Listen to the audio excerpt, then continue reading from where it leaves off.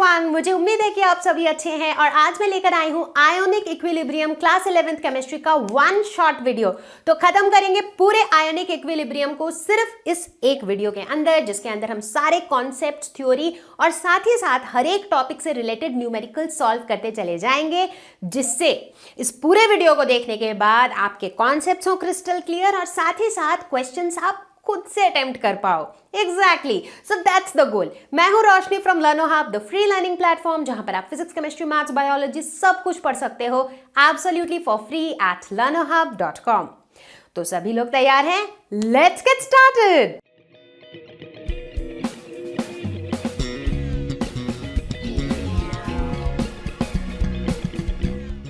Ionic equilibrium नाम से ही पता चल रहा है कि यहां पर हम आयंस के इक्विलिब्रियम के बारे में पढ़ने वाले हैं, राइट। आयंस क्या होता है? कोई भी ऐसा एटम या मॉलिक्यूल जिसके अंदर एक नेट चार्ज हो। एक नेट पॉजिटिव चार्ज तब होता है जब वो इलेक्ट्रॉन लूज करता है, नेट नेगेटिव चार्ज तब होता है जब वो इलेक्ट्रॉन गेन करता है। तो कुल मिला के जिस भी एटम या मॉलिक्यूल में एक नेट चार्ज होता है, चाहे पॉजिटिव या नेगेटिव, उसे हम आयन कहते हैं। अब बहुत बहुत बहुत सालों पहले फैराडे, नाम तो सुना ही होगा सभी ने, तो फैराडे जी ने कहा था कि जितनी भी सब्सटेंसेस हैं उन्हें हम दो कैटेगरी में डिवाइड कर सकते हैं, इलेक्ट्रोलाइट्स एंड नॉन इलेक्ट्रोलाइट्स। अब ये कौन सी चीज़ होती है? तो कुछ ऐसी चीज़ें होती हैं जो अपने एक्वस सॉल्यूशन में जाकर, मतलब जब उस चीज़ को आप पानी में मिला दो तब वो इलेक्ट्रिसिटी कंडक्ट करती है। जैसे कि सॉल्ट, नमक को अगर आप पानी में मिला दो, क्या मिलेगा? नमक वाला पानी, सॉल्ट सॉल्यूशन। आप नोटिस करोगे कि सॉल्ट सॉल्यूशन जो है इट कंडक्ट्स इलेक्ट्रिसिटी। बल्ब जल रही है ना? बिल्कुल जल रही है। तो ये क्या, किसका एग्जाम्पल हुआ? तो सॉल्ट हुआ एक एग्जाम्पल ऑफ एन इलेक्ट्रोलाइट। तो बच्चा पार्टी, चलो एक मज़ेदार एक्सपेरिमेंट परफॉर्म करते हैं इस कॉन्सेप्ट को समझने के लिए। जैसा कि आप देख ही रहे हो कि मेरे पास एक पूरा इलेक्ट्रिक सर्किट का सेटअप बना हुआ है, राइट। यहाँ पर है एक छोटू सा बल्ब जो कि फिलहाल जल नहीं रहा है। क्यों? क्योंकि मेरा सर्किट जो है वो ओपन है, वो ब्रोकन है, जैसा कि आप देख रहे हो। तो अभी मैं क्या करने वाली हूँ, अभी मैं इसके अंदर डालूंगी पानी। और जैसा कि हम सभी को पता है कि water is a good conductor of electricity, तो पानी के डलते ही क्या होना चाहिए? मेरा बल्ब जलना चाहिए। तो जैसा कि आप देख रहे हो कि यहाँ पर जो है मेरा बल्ब जल रहा है, हालांकि इसकी इंटेंसिटी जो है वो काफ़ी कम है, करेक्ट। तो अब हम क्या करेंगे, अब हम इसके अंदर डालेंगे सॉल्ट यानी कि नमक। तो चलो डाल देते हैं इसके अंदर खूब सारा सॉल्ट। और आप जो है अपना ध्यान देते रहना बल्ब के ऊपर, क्योंकि सॉल्ट के डालते ही कुछ मैजिक होने वाला है बल्ब के लाइट की इंटेंसिटी पर। तो देखो मैं इसे स्टेयर कर रही हूँ सॉल्ट को पानी के अंदर, और आप देखो कि जो बल्ब की इंटेंसिटी है ये बहुत ज़्यादा बढ़ गई है, लाइट की इंटेंसिटी बहुत बढ़ गई है, ये बहुत तेज़ी से जल रहा है बल्ब, राइट। तो इसका क्या मतलब हुआ? इसका ये मतलब हुआ कि सॉल्ट जो है वाटर में मिलकर ये इलेक्ट्रिसिटी को कंडक्ट कर रहा है। एंड एग्जैक्टली यही फैराडे जी ने भी कहा था। उन्होंने कहा था कि कुछ सब्सटेंसेस ऐसे होते हैं जो अपने एक्वस सॉल्यूशन में इलेक्ट्रिसिटी कंडक्ट करते हैं और उन्हें हम कहते हैं electrolyte. So this experiment shows that salt is an electrolyte. दूसरी तरफ कुछ ऐसी चीजें होती हैं जो अपने एक्वस सॉल्यूशन में इलेक्ट्रिसिटी कंडक्ट नहीं करती है, जैसे कि शुगर। अगर आप इस पूरे सेटअप को एग्जैक्टली सेम रखो, सिर्फ एक चीज चेंज कर दो, सॉल्ट के बदले शुगर डाल दो, फिर क्या होगा? आप देखोगे कि बल्ब नहीं जल रही है क्योंकि इलेक्ट्रिसिटी कंडक्ट नहीं हो रही है। तो शुगर जो है ये हो गया एक एग्जाम्पल नॉन इलेक्ट्रोलाइट का। तो बच्चा पार्टी, अब बारी है किसकी? अब बारी है शुगर की। तो जैसा कि देखो यहाँ पर मैंने पानी, नमक वगैरह सब हटा दिया है, तो एक बार फिर से इसके अंदर डालते हैं पानी। और पानी के डालते ही क्या हो रहा है?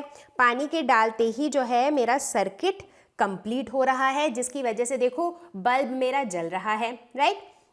अब मैं इसके अंदर डालूंगी चीनी यानी कि शुगर।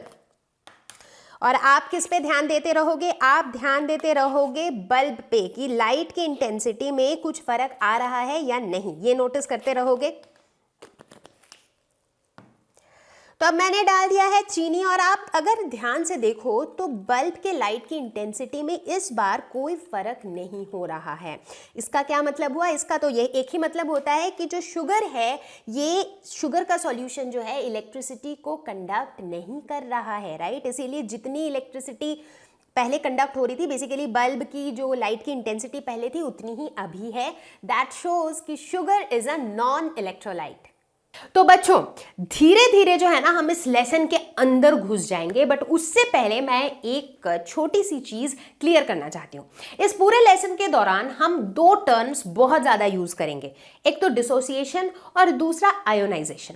तो पहले हमने इन दोनों चीजों के बारे में पढ़ रखा है अलग अलग, बट अब इस लेसन के अंदर हम देखेंगे कि dissociation and ionization mean the same जब हम इस कॉन्टेक्स्ट में बात कर रहे हैं, आयोनिक इक्विलिब्रियम के कॉन्टेक्स्ट में जब बात कर रहे हैं। कैसे? आयोनाइजेशन का मतलब क्या होता है? जब कोई न्यूट्रल मॉलिक्यूल अपने आयंस में स्प्लिट कर जाता है, ठीक है।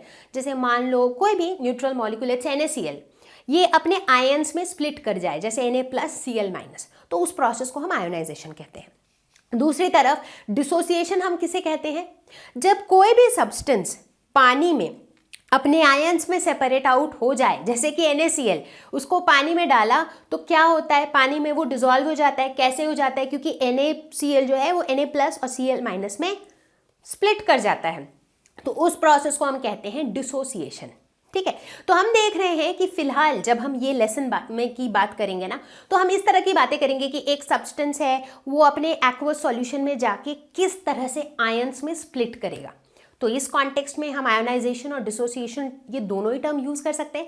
तो इसीलिए यहाँ पर हम इन्हें इंटरचेंजेबली यूज करते रहेंगे, तो किसी को भी कंफ्यूज नहीं होने का, ठीक है।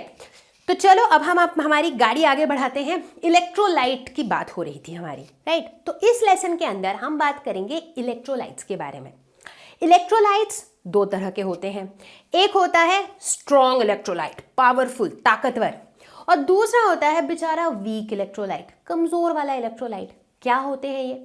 स्ट्रॉन्ग इलेक्ट्रोलाइट मतलब जो पावरफुल है, वो जो है सॉल्यूशन में कंप्लीटली आयोनाइज कर जाता है, ठीक है। मतलब अगर यू टॉक अबाउट एनीथिंग, जैसे मान लो अगर NaCl की हम बात करते हैं, तो इसका मतलब है कि वो पूरी तरह से अपने आयंस में स्प्लिट आउट कर जाएगा। तो इसको याद कैसे रखोगे? ऐसे याद रख सकते हो कि यार पावरफुल है, इतना पावर है उसके पास, पावर लगा के बिल्कुल टूट जाता है अपने आयंस में, ठीक है।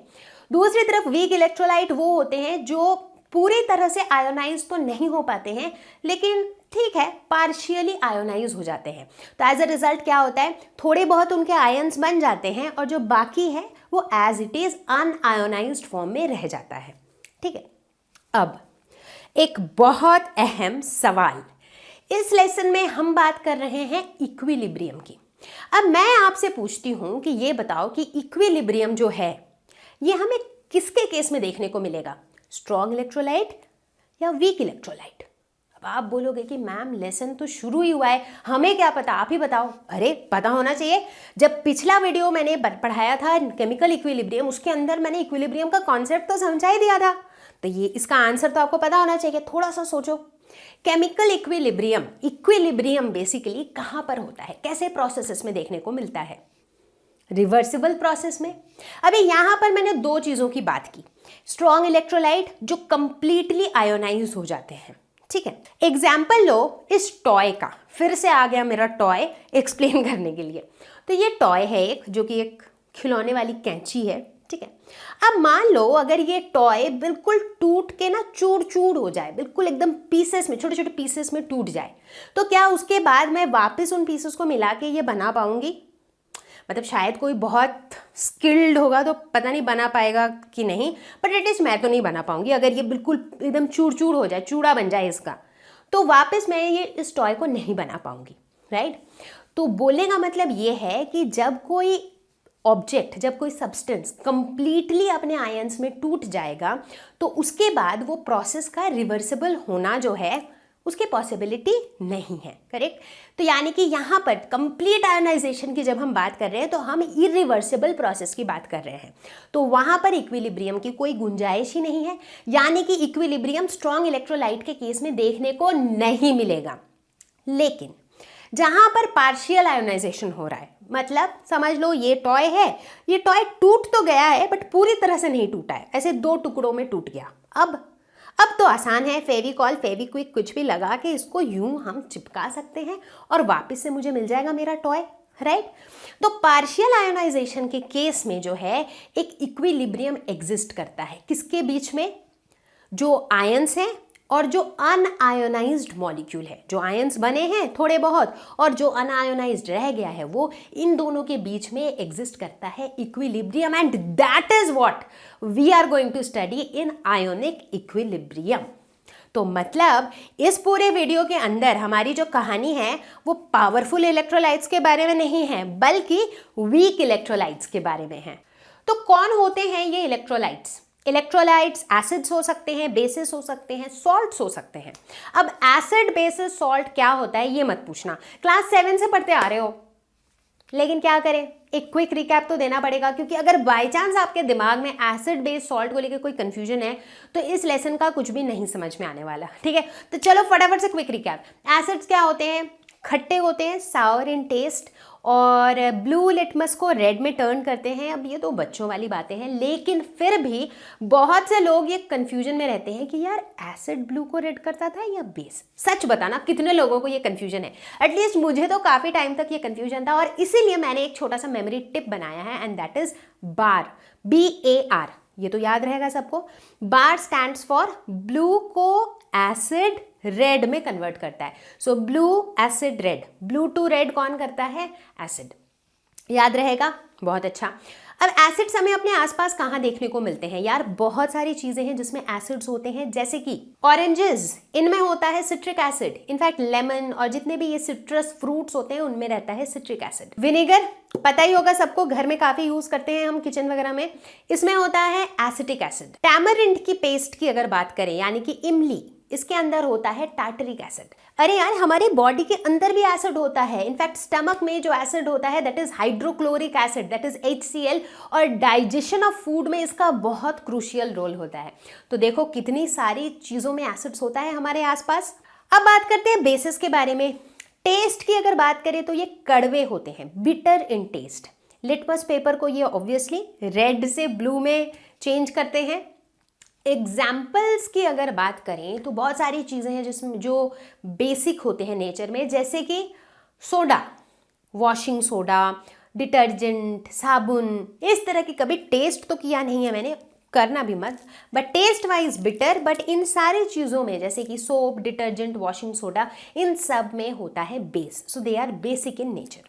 और जब एसिड्स और बेसिस करेक्ट प्रोपोर्शन में मिलाए जाते हैं तब बनते हैं सॉल्ट्स। सॉल्ट का तो सबसे अच्छा एग्जाम्पल है हमारा नमक, NaCl is one good example. इसके अलावा barium sulphate is another good example of salt.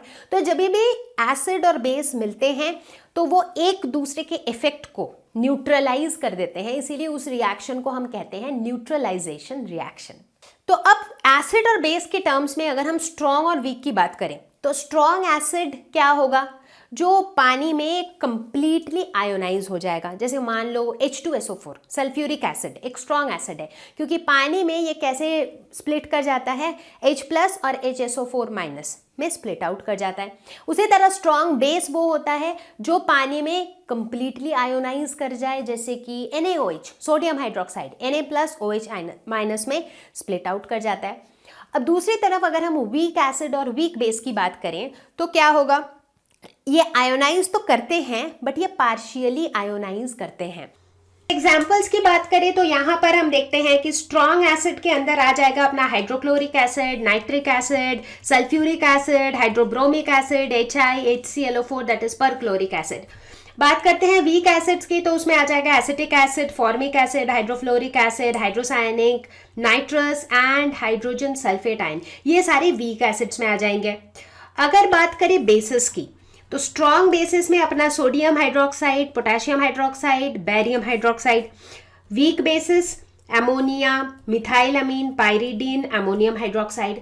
तो यहाँ पर आप देखोगे इस पूरे लेसन के दौरान अक्सर अधिकतर टाइम आपको देखने को मिलेगा इस तरह की चीज़ें, NaOH, KOH, NH3 तो बहुत ज़्यादा देखने को मिलेगा, CH3COOH भी बहुत ज़्यादा देखने को मिलेगा, और सल्फ्यूरिक एसिड, HCl, ये सब तो हम आम तौर पे भी यूज करते रहते हैं ये इन एसिड्स के नाम, राइट। सो ये हमारे कुछ strong and weak acids and basis हैं। तो अभी मैंने क्या बताया था कि इक्विलिब्रियम की बातें हम करते हैं वीक इलेक्ट्रोलाइट्स के केस में। इक्विलिब्रियम किसके बीच में रहता है? जो आयंस हैं और जो अनआयोनाइज्ड मॉलिक्यूल रह गया है वो, इन दोनों के बीच में इक्विलिब्रियम रहता है, ठीक है।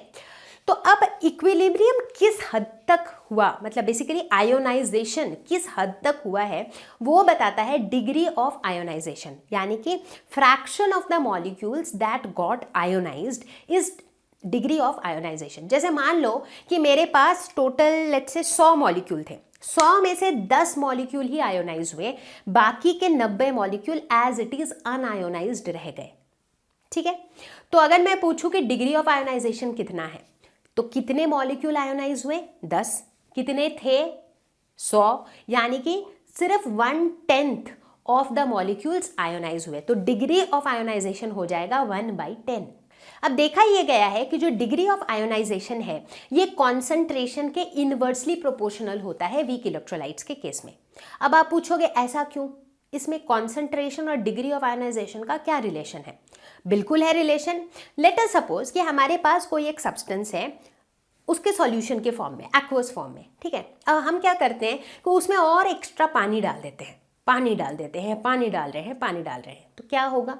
याद करो, हमने ले चैटेलियर्स प्रिंसिपल पढ़ा था पिछले वीडियो में, राइट। वो क्या कहता था कि अगर हम एक्स्ट्रा पानी डाल दे रहे हैं तो मेरा इक्विलिब्रियम इस डायरेक्शन में शिफ्ट होगा ताकि वो उस एक्स्ट्रा पानी को यूज कर सके, राइट। तो अब चूंकि मैं एक्स्ट्रा पानी डाले जा रही हूँ तो उस पानी को यूज करने के लिए क्या होगा? मेरा इलेक्ट्रोलाइट जो है वो आयोनाइज होता जाएगा। पानी डालते रहो, वो आयोनाइज होता रहेगा। तो अगर हम सॉल्यूशन को बहुत डाइल्यूट कर देंगे, उसमें बहुत ज़्यादा पानी डाल देंगे, तो वो बहुत डाइल्यूट हो जाएगा, राइट। बहुत डाइल्यूट सॉल्यूशन मतलब उसका कॉन्सेंट्रेशन बहुत कम होगा, करेक्ट। क्योंकि किसी भी सॉल्यूशन में, मान लो आपके पास एक बड़ा सा कंटेनर है, उसमें आपने 1 गिलास पानी और 1 चम्मच चीनी डाला, ठीक है। अब आपने क्या किया कि पानी उसमें और डाले जा रहे हो और उस पूरे वेसल को पानी से भर दिया, बट चीनी अभी भी 1 ही चम्मच है। तो पानी के मुकाबले चीनी बहुत कम है, इसका मतलब आपका सॉल्यूशन बहुत डाइल्यूट है, चीनी का कॉन्सेंट्रेशन बहुत कम है, करेक्ट। तो वही चीज़ यहाँ पर हो रहा है कि अगर हम पानी डालते चले जा रहे हैं तो मेरा कॉन्सेंट्रेशन कम हो जा रहा है, राइट। ज़्यादा पानी डालने की वजह से मेरा रिएक्शन फॉरवर्ड डायरेक्शन में जा रहा है, मतलब आयोनाइजेशन होते जा रहा है।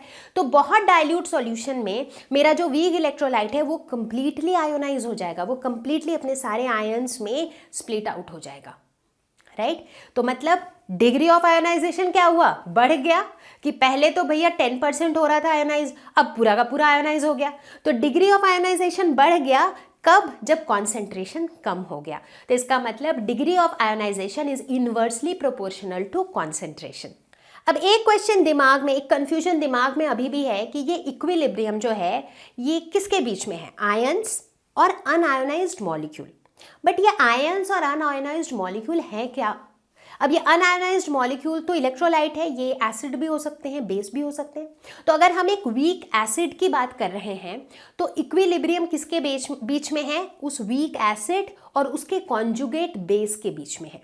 अगर हम एक वीक बेस की बात कर रहे हैं तो इक्विलिब्रियम उस वीक बेस और उसके कॉन्जुगेट एसिड के बीच में है। अब आप बोलोगे कि मैम ये कॉन्जुगेट क्या होता है? कॉन्जुगेट एसिड, कॉन्जुगेट बेस, ये कहाँ से आ गया? तो इसीलिए अभी बहुत इंपॉर्टेंट है कि हम एसिड और बेस के थ्योरी को समझें कि कहाँ से ये एसिड, कैसे हम डिफाइन करते हैं कि भाई ये बंदा एसिड है और ये बंदा बेस है, ये हम कैसे बताते हैं। तो हम कुछ इंपॉर्टेंट थ्योरीज पढ़ेंगे ऑन एसिड्स एंड बेसिस। तो चलो शुरुआत करते हैं Arrhenius theory of acids and basis. तो आर्हेनियस ने एक बहुत ही सिंपल सा थ्योरी दिया था जो कहता है कि acids are those substances which dissociate in water to give hydrogen ion, that is H+ ion. मतलब ऐसी चीजें जो पानी में जाकर के डिसोशिएट होके H+ आयन देती है वो एसिड है, और जो OH- आयन देती है यानी कि हाइड्रोक्सिल आयन देती है वो बेस है। तो ये आर्हेनियस का सिंपल सा डेफिनेशन था, ठीक है। मतलब अगर हमारे पास लेट्स से HX अगर एक एसिड है तो पानी में जाके ये कैसे डिसोशिएट करेगा, H plus plus X minus. देखो सबके बगल में एक्वस लिखा हुआ है, क्यों? क्योंकि ये सब कुछ पानी के अंदर हो रहा है, राइट। तो हम कहेंगे कि यार HX जो है दिस इज एसिड। अब देखा यह गया है कि ये जो H प्लस है ना, it is a proton, right. तो प्रोटॉन जो होता है ना, ये बहुत ही रिएक्टिव होता है, हाईली रिएक्टिव। तो मतलब ये फ्री फॉर्म में तो पानी के अंदर रह ही नहीं सकता है, हर तरफ उसको पानी दिख रहा है तो वो पानी के साथ चिपक जाएगा। तो H प्लस H2O के साथ कंबाइन करके बनाएगा H3O प्लस, जिसे हम कहते हैं हाइड्रोनियम आयन, ठीक है। तो आप आगे जाके देखोगे कि कई जगह ना हम H प्लस की जगह H3O प्लस की भी बात कर देते हैं, क्योंकि दोनों एक तरह से सेम ही चीज़ है। Hydrated form of H plus ion is basically hydronium ion, ठीक है। अगर बेस की बात करें तो देखो अगर MOH कोई बेस है तो वो कैसे डिसोशिएट करेगा, M plus plus OH minus. तो यहाँ पे हाइड्रोक्सिल ग्रुप ये रिलीज कर रहा है, इसीलिए दिस इज अ बेस। लेकिन दुखद बात ये थी कि आर्हेनियस थ्योरी के कुछ लिमिटेशंस थे। पहला लिमिटेशन तो ये था कि यार यहाँ पे ना ये पानी का अलग लोचा डाल दिया था कि सब कुछ जो है is applicable only for aqueous solution. तो मतलब अगर पानी नहीं है तो हम कुछ एसिड बेस के बारे में कुछ बता नहीं सकते। दूसरा इशू ये था कि कुछ ऐसी चीज़ें थी जो हमें पता था कि वो बेस है, बट आर्हेनियस के कॉन्सेप्ट पे हिसाब से वो बेस नहीं थे। जैसे फॉर एग्जांपल अमोनिया NH3, हम सबको पता है कि वो बेस है, बट NH3 में तो OH ग्रुप है ही नहीं, हाइड्रोक्सिल ग्रुप है ही नहीं, तो वो देगा कहाँ से, राइट। तो इसका मतलब आर्हेनियस के कॉन्सेप्ट में कुछ ना कुछ तो लोचा था। इसके बाद आया ब्रॉन्स्टेड-लॉरी कॉन्सेप्ट। इस कॉन्सेप्ट के हिसाब से कोई भी ऐसा सब्सटेंस जो H प्लस आयन रिलीज करता है, डोनेट करता है, वो एसिड है, और कोई भी ऐसा सब्सटेंस जो H प्लस आयन को एक्सेप्ट करता है वो बेस है, ठीक है। तो चलो सबसे पहले तो ये चेक करते हैं कि क्या NH3 को ये वाली थ्योरी बेस प्रूफ कर सकती है। तो देखो NH3 जब अपने एक्वस सॉल्यूशन में जाता है NH3 प्लस H2O तो ये बनाता है NH4 plus plus OH minus. तो यहाँ हो क्या रहा है, NH3 क्या कर रहा है, NH4 प्लस बना रहा है, यानी कि एक H प्लस एक्सेप्ट कर रहा है। तो ये किसके जैसा बिहेव कर रहा है, बेस के जैसा बिहेव कर रहा है। तो मतलब हाँ यार ये थ्योरी तो ठीक है, ठीक है। अब यहीं पे मैं आपको समझाती हूँ कॉन्जुगेट एसिड बेस पेयर का कॉन्सेप्ट। हम ये देखते हैं कि जैसे वो कहते हैं ना जोड़ियाँ ऊपर से बन के आती हैं, सुना होगा आपने। तो कॉन्जुगेट का मतलब भी बेसिकली होता है पेयर, जोड़ी। आप देखोगे कि हर एसिड के साथ उसका एक जोड़ेदार होता है बेस, ठीक है। हर बेस के साथ उसका एक जोड़ेदार एसिड होता है, और इन दोनों के बीच में सिर्फ एक H प्लस का फर्क होता है, ठीक है। समझ आया, नहीं आया, कोई बात नहीं, अभी आएगा। लेट अस से NH3, ये क्या है, बेस है, ठीक है। जब NH3 ने एक H प्लस को एक्सेप्ट किया तो ये क्या बन गया, NH4 प्लस। अब अगर NH4 प्लस पे फोकस करो तो इसके पास एक एक्स्ट्रा H प्लस है जो इसने अभी अभी एक्सेप्ट किया था, तो ज़रूरत पड़ने पे ये उस H प्लस को दे सकता है। मतलब NH4 प्लस एक ऐसा सब्सटेंस है जो H प्लस रिलीज कर सकता है, यानी कि NH4 प्लस क्या है, एसिड, एग्जैक्टली। तो NH3 और NH4 प्लस ये क्या है, एक एसिड बेस पेयर है, और इस तरह के एसिड बेस पेयर को हम कहते हैं कॉन्जुगेट एसिड बेस पेयर। समझ आ गया, अमेजिंग। अब यहां पर हम एक बहुत इंपॉर्टेंट कॉन्सेप्ट पढ़ेंगे। हम देखते हैं कि अगर मेरा एसिड एक स्ट्रॉन्ग एसिड होता है तो उसका जो कॉन्जुगेट बेस है वो वीक बेस होता है। अगर मेरा एसिड वीक एसिड होता है तो उसका जो कॉन्जुगेट बेस है वो स्ट्रॉन्ग बेस होता है। अब आप पूछोगे ऐसा क्यों? चलो इसे समझने के लिए एक कहानी सुनते हैं, स्टोरी, ठीक है।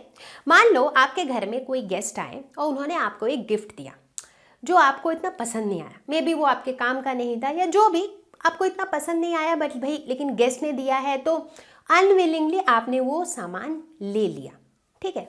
अब मान लो बाद में जाके आपको कभी उसी गिफ्ट को किसी और को देना पड़े तो क्या आप देना चाहोगे? बिल्कुल देना चाहोगे, आप तो इतना मन से लिए भी नहीं थे, वो आपके काम का भी नहीं है, तो आप उस चीज को देने के लिए ना बड़ी ही आसानी से दे दोगे इनफैक्ट, राइट। तो इसका मतलब इस कहानी में क्या हो रहा है कि जो सामान लेने का मन कम होता है वो सामान देने का मन बहुत ज्यादा होता है, राइट और जो सामान लेने का मन बहुत ज़्यादा होता है कि भाई गेस्ट ने जो गिफ्ट दिया वो मेरा फेवरेट है, तो वो सामान तो मैं किसी को देना नहीं चाहूँगी, तो वो सामान देने का मन कम होगा। ठीक है, ये बात समझ में आ गई। अब वापस आते हैं हमारे एसिड बेस में। ठीक है, तो NH3 का एग्जाम्पल लेते हैं। NH3 क्या है? बेस है, वीक बेस है। वीक बेस क्यों है? बेस मतलब कोई सा भी बेस है, मतलब वो H प्लस लेगा, एक्सेप्ट करेगा। अगर उसको H प्लस लेने का बहुत ज़्यादा मन है तो वो स्ट्रॉन्ग बेस है, अगर उसको लेने का कम मन है तो वो वीक बेस है। ठीक है, अब NH3 क्या है? एक वीक बेस है, तो उसको H प्लस लेने का मन कम है, लेकिन अब लोगों ने बोला कि नहीं यार तू H प्लस ले। अब लोगों ने ज़बरदस्ती उसको H प्लस दे दिया, तो बेचारे ने ले तो लिया। जैसे ही H प्लस लिया तो वो क्या बन गया? NH4 plus. अब NH4 प्लस जो है ना, उसने चूंकि बेमन से H प्लस लिया था ना, तो उसको मन है कि यार कहाँ मौका मिले और मैं H प्लस दे दूँ, राइट। ठीक उसी तरह एसिड तो सभी H प्लस देते हैं, जिसको देने का मन बहुत ज़्यादा होता है वो स्ट्रॉन्ग एसिड होता है, जिसको देने का मन कम होता है वो वीक एसिड होता है। तो यहाँ पर NH4 प्लस जो है, इसको वो H प्लस दे देने का ना बहुत ज़्यादा मन है, तो यानी कि वो कैसा एसिड है? स्ट्रॉन्ग एसिड है। तो हमने क्या देखा कि अगर वीक बेस होगा तो हमेशा उसका कॉन्जुगेट जो एसिड होगा वो स्ट्रॉन्ग एसिड होगा। कॉन्जुगेट एसिड है, कौन सा वाला? कॉन्जुगेट बेस है। ठीक है, तो अगर हम बात करें लेट्स से यहाँ पर से हम बात करते हैं से HNO2 की। HNO2 क्या है? HNO2 है एसिड। क्यों? क्योंकि ये H प्लस आयन दे सकता है, डोनेट कर सकता है, राइट। तो इसका कॉन्जुगेट बेस क्या बन जाएगा? चूंकि ये खुद एसिड है, ये खुद है एसिड, तो इसका जो कॉन्जुगेट बेस होगा वो क्या होगा? जब यहाँ से हम H प्लस हटा देंगे, H प्लस हटा देंगे तो बच जाएगा NO2 माइनस। ठीक है, क्योंकि प्लस एक प्लस आयन चला गया तो इसमें माइनस चार्ज नेगेटिव एक्सेस में हो गया, तो इसीलिए माइनस हो गया। ठीक है, और यहाँ पर एसिड क्या है? देखो ध्यान से देखो, कौन सी ऐसी चीज़ है जिसके पास H प्लस आयन देने के लिए है? HClO4 है ना, तो ये भी एसिड है, तो इसका कॉन्जुगेट बेस क्या हो जाएगा? ये H प्लस को दे देगा, तो बचेगा क्या? ClO4 minus. ठीक है, तो ये हो गए इनके कॉन्जुगेट बेसिस। ठीक है, अब जो बाकी रह गए हैं ये सारे क्या है? ये सारे हैं बेसिस। तो इनका जो कॉरेस्पॉन्डिंग कॉन्जुगेट एसिड बनेगा वो कैसे बनेगा? H प्लस को लेकर, राइट, ये H प्लस को एक्सेप्ट करेंगे। तो अगर Cn माइनस की बात करें, ये एक H प्लस ले लेगा तो ये बन जाएगा HCN।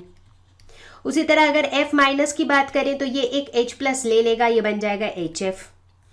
अगर हम बात करें OH की, ये भी एक H प्लस ले लेगा, करेक्ट, तो ये क्या बन जाएगा? ये बन जाएगा H2O। अगर हम बात करें H2O में खास बात होती है, ये जो है एसिड की तरह भी बिहेव करता है, बेस की तरह भी बिहेव करता है, पढ़ेंगे हम ये सारी चीज़ें आगे चल के। ठीक है, अगर हम CO3 2 माइनस की बात करें तो ये क्या है? ये जो है अगर एक H प्लस लेगा तो ये क्या हो जाएगा? HCO3, बट ऊपर माइनस रह जाएगा क्योंकि एक H प्लस लिया है, तो एक माइनस तो चलो बैलेंस हो जाएगा, लेकिन फिर भी एक माइनस बच जाएगा, तो ये उसका कॉन्जुगेट एसिड हो जाएगा। S2 माइनस की बात करें, ये भी H प्लस लेगा तो हो जाएगा HS माइनस। ठीक है, तो ये हो जाएंगे इनके कॉन्जुगेट एसिड्स। अगर बात किया जाए वाटर की, पानी जो है वो एसिड की तरह भी बिहेव करता है और बेस की तरह भी बिहेव करता है, यानी कि वो H प्लस देने के भी कैपेबल है और H प्लस लेने के भी कैपेबल है। तो वाटर जब एसिड के साथ रहता है तो वो बेस बन जाता है, जब बेस के साथ रहता है तो एसिड की तरह बिहेव करता है। जैसे वाटर जब NH3 के साथ रहता है तो NH3 चूंकि बेस है तो वाटर एसिड की तरह बिहेव करता है, लेकिन यही वाटर जब HCl के साथ रहता है तो HCl चूंकि एसिड है तो वाटर बेस की तरह काम करता है। अब हम बात करेंगे लुईस एसिड्स एंड बेसिस। अब ये जो ब्रॉन्स्टेड-लॉरी का थ्योरी था, इस थ्योरी के अंदर एक ये इशू आ गया कि सब कुछ जो है ना प्रोटॉन के टर्म में डिफाइन किया गया कि भाई जो H प्लस देगा वो एसिड, जो H प्लस लेगा वो base and so on. But ऐसा देखा गया कि कुछ ऐसी सब्सटेंसेस भी होते हैं जिनमें H प्लस है ही नहीं, जिनमें प्रोटॉन है ही नहीं, but they are acids. For example BF3, boron trifluoride. अगर हम इसके स्ट्रक्चर को देखें तो ये इलेक्ट्रॉन डेफिशिएंट है, इसका जो सेंट्रल एटम है बोरोन, इसका ऑक्टेट कंप्लीट नहीं हुआ है, यानी कि ये इलेक्ट्रॉन लेना चाहता है, राइट। तो it is ready to take electrons, correct. तो हम अब इसे कैसे बताएं कि ये एसिड है? तो इसीलिए आया लुईस का थ्योरी। तो लुईस ने कहा कि कोई भी ऐसी स्पीशीज जो इलेक्ट्रॉन पेयर एक्सेप्ट करे वो होगा एसिड, और जो इलेक्ट्रॉन पेयर डोनेट करे वो होगा बेस। तो इस लॉजिक के हिसाब से, लुईस के थ्योरी के हिसाब से BF3 जो है ये एक लुईस एसिड है। तो चलो एक एग्जाम्पल देखते हैं। Classify the following species into Lewis acids and Lewis bases and show how these act as Lewis acid और बेस। ठीक है, हम सब ने पढ़ा अभी जस्ट कि लुईस एसिड क्या होता है और लुईस बेस क्या होता है। बेस वो होता है जो एक इलेक्ट्रॉन पेयर को डोनेट करता है, एसिड वो होता है जो एक इलेक्ट्रॉन पेयर को एक्सेप्ट करता है। ठीक है, तो शुरू करते हैं OH माइनस से। तो OH माइनस किसकी तरह बिहेव करता है? ये एक बेस की तरह बिहेव करता है। क्यों? क्योंकि OH माइनस के पास देखो नेगेटिव चार्ज है, इसके पास इलेक्ट्रॉन है डोनेट करने के लिए, तो it can donate electron pair, इसीलिए ये बेस है एज पर लुईस कॉन्सेप्ट। ठीक है, और अगर साथ ही साथ ऐसे भी देखो कि OH माइनस जो है ये एक्सेप्ट कर सकता है हाइड्रोजन आयन और बना सकता है H2O, तो उस कॉन्सेप्ट के हिसाब से भी ये क्या है? ये बेस है। राइट, अब बात करते हैं F माइनस की। इसके पास क्या है? क्या इसके पास इलेक्ट्रॉन है देने के लिए? बिल्कुल है, तो इट कैन डोनेट इलेक्ट्रॉन, तो यानी कि ये भी क्या है? बेस है। और H प्लस वाले कॉन्सेप्ट के हिसाब से भी F माइनस जो है ये H प्लस आयन को एक्सेप्ट करके बना सकता है HF, तो HF हो जाएगा इसका कॉन्जुगेट एसिड। ठीक है, अब बात करते हैं H प्लस की। H प्लस क्या है? H प्लस के पास तो भाई पॉजिटिव चार्ज है, तो मतलब इसके पास इलेक्ट्रॉन तो नहीं है देने के लिए, but it can accept electron definitely, तो यानी कि ये क्या है? This is acid. ठीक है, ये एसिड के जैसा बिहेव करता है। और अगर हम वो H प्लस और OH माइनस वाला कॉन्सेप्ट देखें तो ये H प्लस जो है ये हाइड्रोक्सिल आयन को एक्सेप्ट करके वाटर बना सकता है। राइट, तो यानी कि ये क्या है? ये एसिड के जैसा बिहेव कर रहा है। ओके, अब पहुंचते हैं BCl3 में। BCl3 क्या है? Boron trichloride. ठीक है, अगर इसका स्ट्रक्चर देखें, हमने लुईस स्ट्रक्चर बनाना सीखा था, राइट? तो बोरोन के आउटर मोस्ट शेल में 3 इलेक्ट्रॉन्स होते हैं, राइट? बोरोन का एटॉमिक नंबर होता है 5, तो आउटर मोस्ट शेल में 3 इलेक्ट्रॉन है। अब ये 3 इलेक्ट्रॉन जो है ये 3 क्लोरीन के साथ कंबाइन हो जाते हैं। अब क्लोरीन के आउटर मोस्ट शेल में कितने होते हैं? क्लोरीन के पास होते हैं 7, कुछ इस तरह से, राइट? तो हम क्या देखते हैं, इस ओवरऑल स्पीशीज को अगर हम देखें, जो मेरा सेंट्रल एटम बोरोन है इसके पास 1 2 3 4 5 6, इसके पास टोटल 6 इलेक्ट्रॉन्स है, बट इसके पास ऑक्टेट नहीं है। इसका मतलब ये क्या है? BCl3 जो है ये एक इलेक्ट्रॉन डेफिशिएंट स्पीशीज है, इसमें इलेक्ट्रॉन की कमी है, यानी कि ये क्या कर सकता है? ये इलेक्ट्रॉन एक्सेप्ट कर सकता है, right? So it can accept electron, that means it behaves like acid. अब हम बात करने वाले हैं ionisation of acids and bases के बारे में, कि किस तरह से एसिड और बेस आयोनाइज करते हैं। इसके दौरान हम डिस्कस करेंगे काफ़ी सारी चीज़ें, जैसे कि आयोनिक प्रोडक्ट ऑफ वाटर या फिर ionisation constant of water, pH scale के बारे में बात करेंगे जो कि बहुत इंपॉर्टेंट है। इसके अलावा ionisation constant of acid, ionisation constant of base, इनके बीच में आपस में क्या रिलेशनशिप है, कॉमन आयन इफेक्ट के बारे में बातें करेंगे, कौन से फैक्टर्स है जो एसिड के स्ट्रेंथ को डिटरमाइन करता है। तो इस तरह की ढेर सारी बातें अभी हम करने वाले हैं, तो चलो शुरू करें। तो सबसे पहले डिस्कस करेंगे आयोनाइजेशन ऑफ वाटर।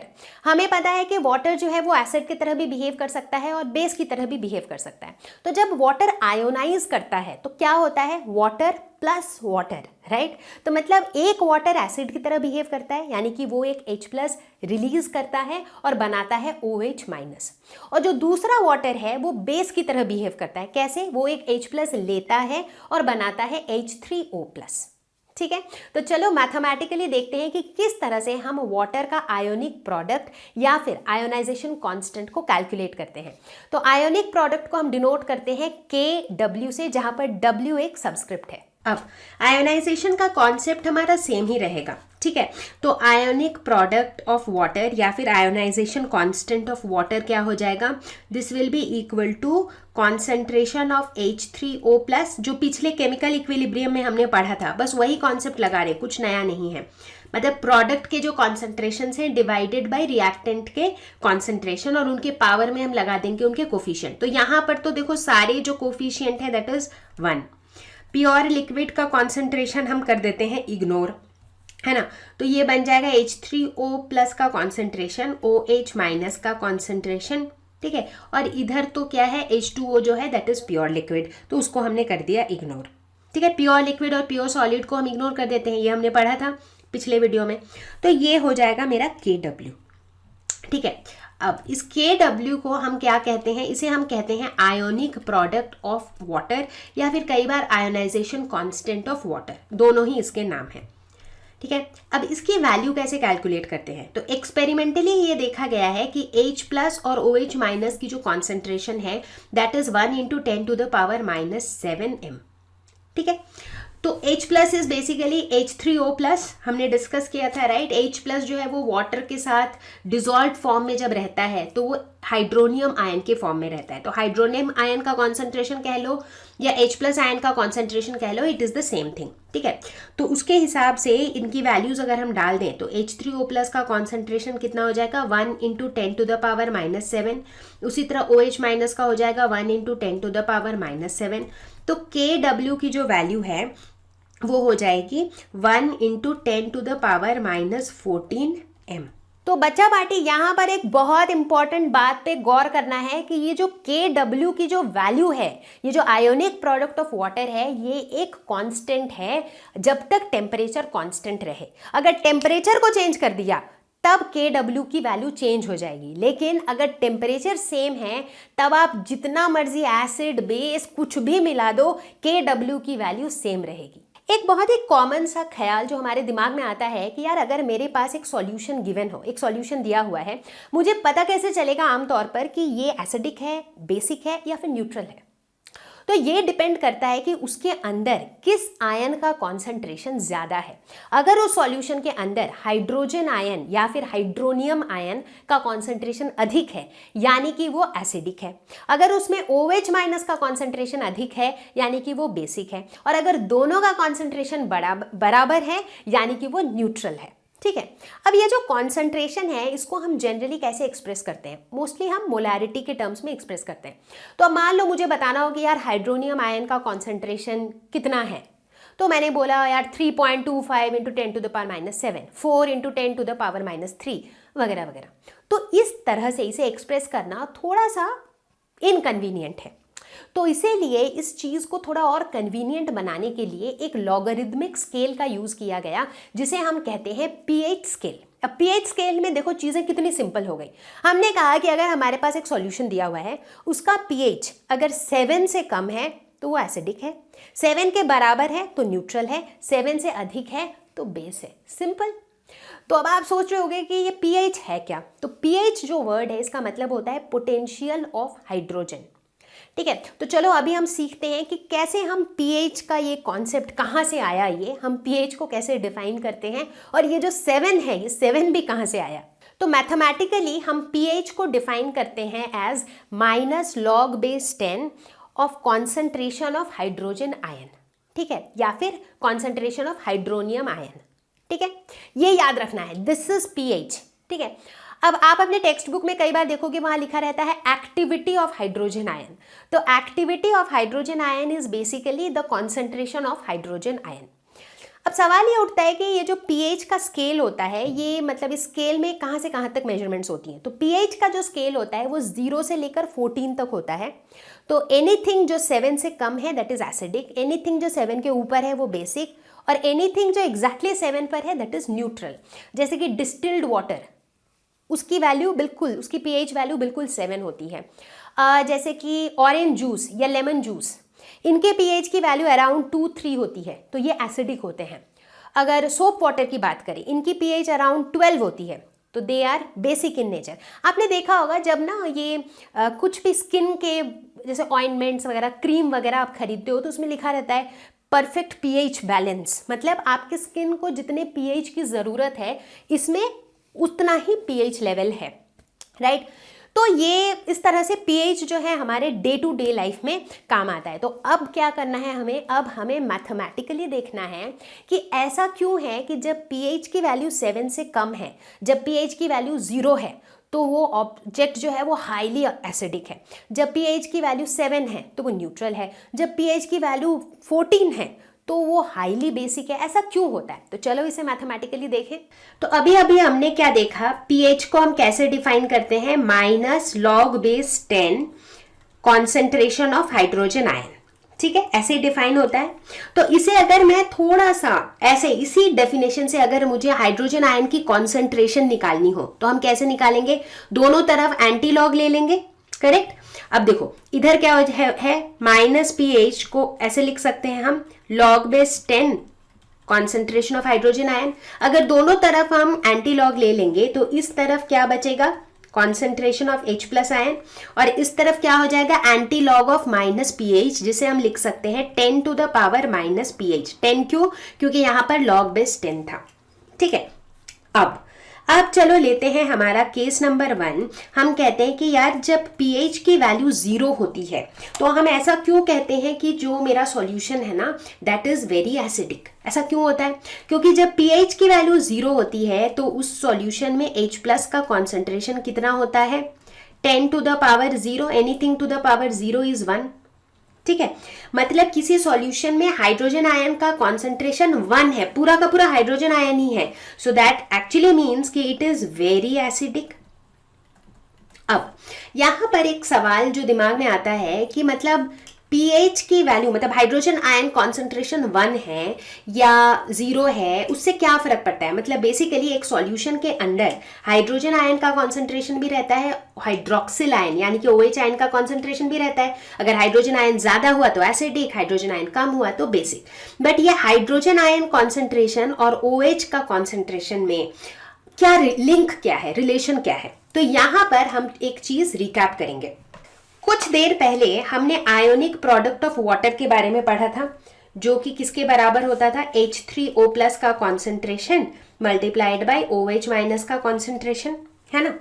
अब यहीं से जो है ना हम इसे pH के टर्म्स में लिखने की कोशिश करते हैं। क्या करेंगे, हम दोनों तरफ लॉग ले लेते हैं, ठीक है। Log of A into b क्या हो जाता है, log of A plus log of B, यानी कि यह हो जाएगा log of concentration of H3O plus plus log of concentration of OH minus, ठीक है। दोनों तरफ ले लेते हैं माइनस, क्यों, क्योंकि जो pH की डेफिनेशन है ना उसमें नेगेटिव लॉगरिथम होता है ना, तो हमने यहां पर भी माइनस ले लिया, ठीक है। अब माइनस लॉग KW, ये इसको हम क्या लिख सकते हैं, इसको हम लिख सकते हैं PKW। जैसे pH होता है पोटेंशियल ऑफ हाइड्रोजन, वैसे ही potential of the ionic product of water, so PKW हो गया। इसको क्या लिख सकते हैं, H3O प्लस का concentration is equal to H plus का कॉन्सेंट्रेशन, राइट। मतलब बेसिकली एसिड के कॉन्सेंट्रेशन की बात कर रहे हैं, तो इसे हम लिख सकते हैं pKa।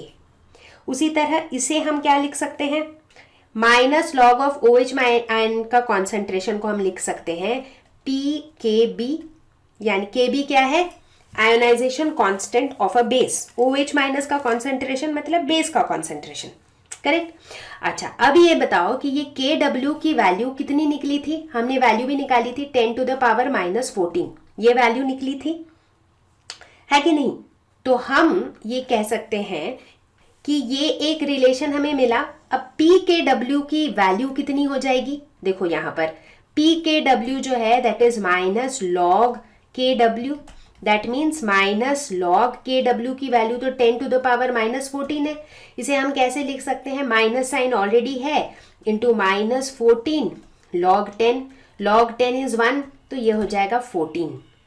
तो बेसिकली PKW की जो वैल्यू है दैट इज 14। तो यानी कि हम लिख सकते हैं कि PKa plus PKb is equal to 14, ठीक है।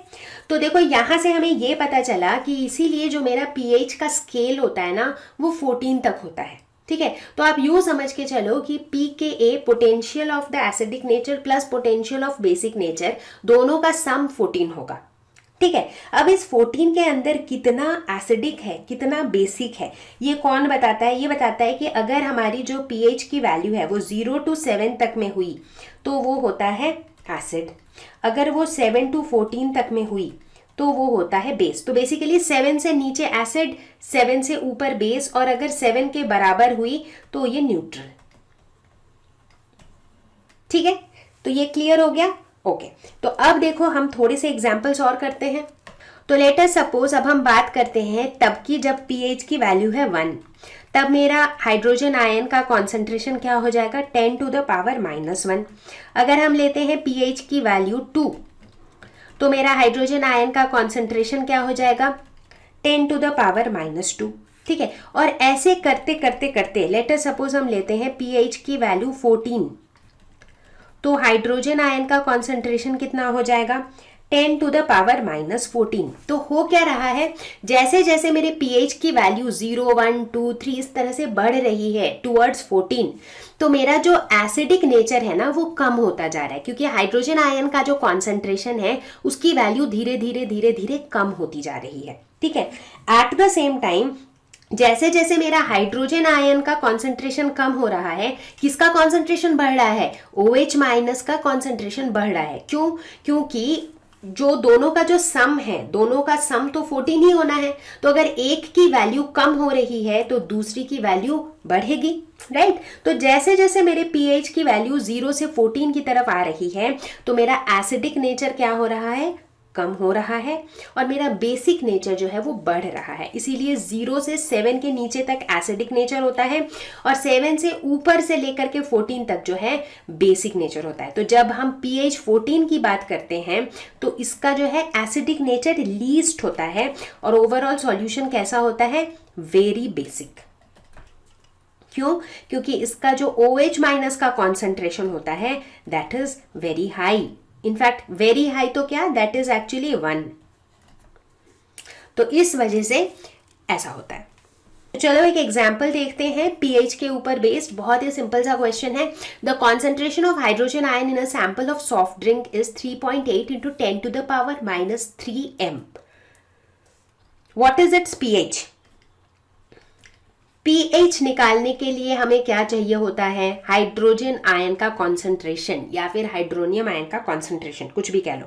तो यहाँ पर हाइड्रोजन आयन का कॉन्सेंट्रेशन दिया हुआ है, तो ये हो जाएगा -log-10 3.8 into 10 to the power -3। देखो ये pH वाले क्वेश्चंस के लिए ना आपको थोड़ा सा लॉग का नॉलेज होना चाहिए, लॉगरिथम का, कि लॉग टेबल कैसे देखते हैं, लॉग एंटी लॉग, थोड़ा बहुत इनकी बेसिक्स के बारे में पता होना चाहिए। ठीक है, तो ये क्या हो जाएगा -log-10 3.8। So log of A into B जब भी रहता है तो ये हो जाता है log of A plus log of B। तो यहाँ पर हो गया -log ऑफ 3.8 और उसी तरह -log of 10 to the power -3। तो ये हो जाएगा -log 3.8 -3 log 10। सो log 10 होता है 1, तो ये हो जाएगा -log 3.8 प्लस 3।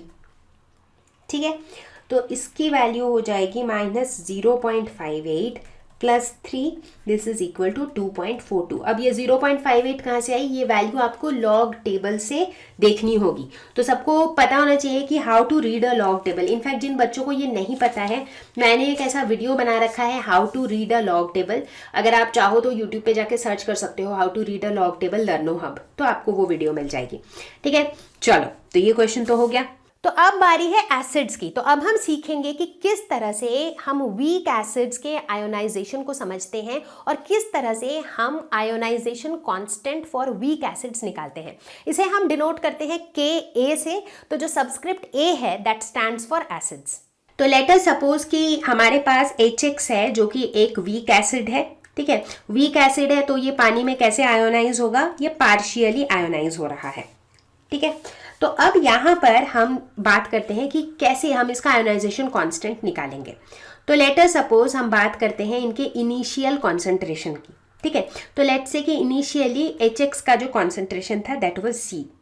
ठीक है, वाटर चूंकि प्योर लिक्विड है इसको हम इग्नोर करेंगे, और इनिशियली चूंकि अभी तो रिएक्शन शुरू ही हुआ है तो इनिशियली इनका कॉन्सेंट्रेशन लेट्स से 0 है। ठीक है, अब लेटर सपोज कि जो हमारा डिग्री ऑफ आयोनाइजेशन, जिस रेट से ये डिसोशिएट कर रहा है, लेटर सपोज वो रेट है अल्फा। तो अल्फा क्या है हमारा? Alpha is the degree of dissociation या फिर डिग्री ऑफ आयोनाइजेशन, कुछ भी कह लो। तो फिर इक्विलिब्रियम पर कॉन्सेंट्रेशन क्या हो जाएगा? पहले C था, अब इक्विलिब्रियम तक आते आते अल्फा डिसोशिएट और हो गया होगा, alpha of C, that means C alpha. तो C माइनस C अल्फा, इतना इसका डिसोशिएट हो चुका होगा। C अल्फा डिसोशिएट हो चुका होगा, पहले C था, तो अब कितना बचा? C minus C alpha. और वहीं दूसरे तरफ H3O प्लस का क्या हुआ? ये तो पहले 0 था और अब जो है C अल्फा बढ़ गया होगा। उसी तरह ये 0 था, अब जो है इसका C अल्फा बढ़ गया होगा। ठीक है, अब बहुत आसान है आयोनाइजेशन कांस्टेंट निकालना। ये क्या हो जाएगा? वही product of the concentration of the products raise to the power coefficient. यहाँ पर कोफिशिएंट तो सबके 1 है, तो ये हो जाएगा C अल्फा का स्क्वायर, मतलब C alpha into C alpha divided by C minus C alpha. तो इसे हम लिख सकते हैं C square alpha square divided bye C into 1 minus alpha. तो ये कैंसिल आउट हो जाएगा, ये हो जाएगा C alpha square divided by 1 minus alpha. ठीक है, तो इसको देखते हुए हम क्या देखते हैं? तो बेसिकली ये हमारा एक्सप्रेशन हो गया आयोनाइजेशन कांस्टेंट का। तो हम देखते हैं कि ये जो Ka की जो वैल्यू है, ये वैल्यू हमें बताता है कि कोई भी एसिड कितना स्ट्रॉन्ग है। तो larger value of Ka the stronger is the acid. जितनी Ka की वैल्यू ज्यादा होगी, एसिड उतना ही स्ट्रॉन्ग होगा। ठीक है, लेकिन जब हम एक फिक्स टेम्परेचर की बात करते हैं तो Ka की वैल्यू फिक्स्ड रहती है। हमेशा याद रखना है कि आयोनाइजेशन कांस्टेंट, चाहे वो वाटर का हो, चाहे एसिड का हो, चाहे बेस का हो, है तो वो कांस्टेंट ही। वो तभी चेंज होता है जब हम टेम्परेचर को चेंज करते हैं। ठीक है, अब इसी को अगर हम pH स्केल के टर्म में लिखना चाहें तो ये क्या हो जाएगा? ये हो जाएगा pKa will be equal to minus log base 10 Ka।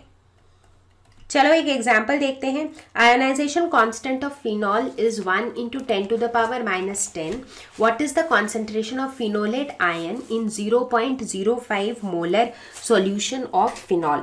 ठीक है, तो सबसे पहले तो देखना होगा कि ये हमारा रिएक्शन हो क्या रहा है। ठीक है, तो यहाँ पर फिनॉल है C6H5OH, ये अपने एक्वस सॉल्यूशन में है यानी कि H2O के साथ ये क्या बना रहा है? Phenolate ion C6H5O minus plus H3O plus.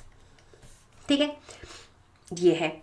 अब यहाँ पर भी हम क्या करेंगे? सबसे पहले इनिशियल कॉन्सेंट्रेशन लिखते हैं। ठीक है, तो इनिशियल कॉन्सेंट्रेशन कितना है फिनॉल का? दिया हुआ है 0.05 m। ठीक है, लिक्विड का इग्नोर करेंगे, इनिशियल है तो ये प्रोडक्ट्स तो अभी तक बने ही नहीं है, तो इनका कॉन्सेंट्रेशन 0 है। अब बात करते हैं कि इक्विलिब्रियम पे क्या होगा।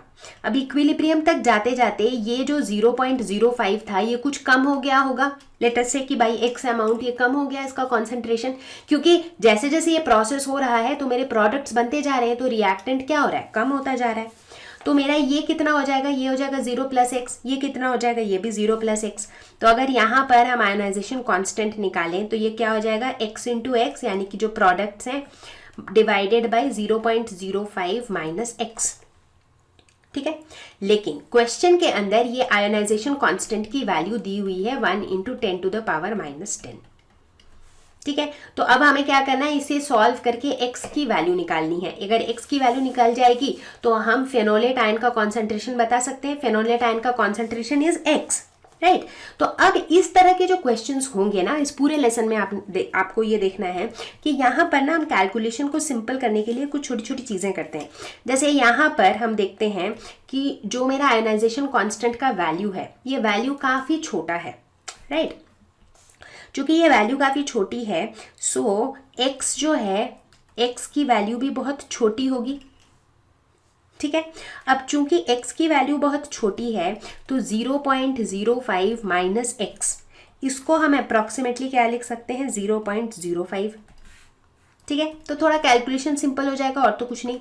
तो क्या हो जाएगा? Ka will be equal to x square divided by 0.05 and this is given as 1 into 10 to the power minus 10, यानी कि x क्या हो जाएगा? x हो जाएगा root over 0.05 into 10 to the power minus 10। तो हम लिख सकते हैं this is 2.2 into 10⁻⁻⁶ m।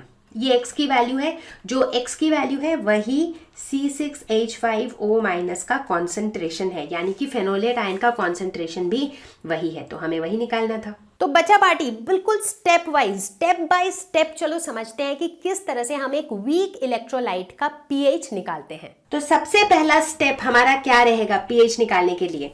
The species present before dissociation are identifies as Bronsted Lowry acids bases, कि भाई एसिड कौन सा है, बेस कौन सा है, वो हमको आइडेंटिफाई करना रहेगा। ठीक है, किसी भी रिएक्शन को देखते हुए। ठीक है, for example let us suppose हमारे पास ये रिएक्शन है HF प्लस H2O, ये देता है H3O plus F minus. So let us suppose अभी हम बात करते हैं ionisation of hydrogen fluoride in its solution. ये हमने एग्जाम्पल लिया, तो ये हमारा एग्जाम्पल है, इसे बहुत ही मस्त तरीके से समझने के लिए। ठीक है, तो यहाँ पर सबसे पहले आइडेंटिफाई करो कि भाई कौन सा एसिड है, कौन सा बेस है, राइट। तो यहाँ पर हम क्या देख रहे हैं कि जो ये HF है ये क्या कर रहा है, ये H प्लस आयन को डोनेट कर रहा है। ठीक है, that means this is behaving like acid.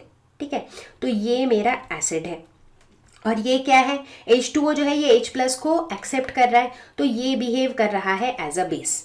ठीक है, तो हमें ये क्लैरिटी मिल जानी चाहिए कि भाई कौन सा एसिड के जैसा बिहेव कर रहा है, कौन सा बेस के जैसा बिहेव कर रहा है। ठीक है, अब चूंकि ये जो आयोनाइजेशन हो रहा है ये वाटर में हो रहा है आयोनाइजेशन, तो वाटर के अंदर जो है ना क्या होगा, वाटर खुद भी आयोनाइज हो रहा होगा इस तरीके से, H2O plus H2O gives H3O plus OH minus, ये भी हो रहा होगा, राइट। तो ये जो है हमारा रिएक्शन चल रहा है फिलहाल। ठीक है, तो स्टेप 1 हो गया। Step 2, balanced equations for all possible reactions that is with a species acting both as acid as well as base are written. ठीक है, मतलब जितने भी रिएक्शंस वहां पर हो रहे हैं वो सारे रिएक्शन को लिखो and they should be balanced reaction, जो कि अभी हमने लिख डाला है।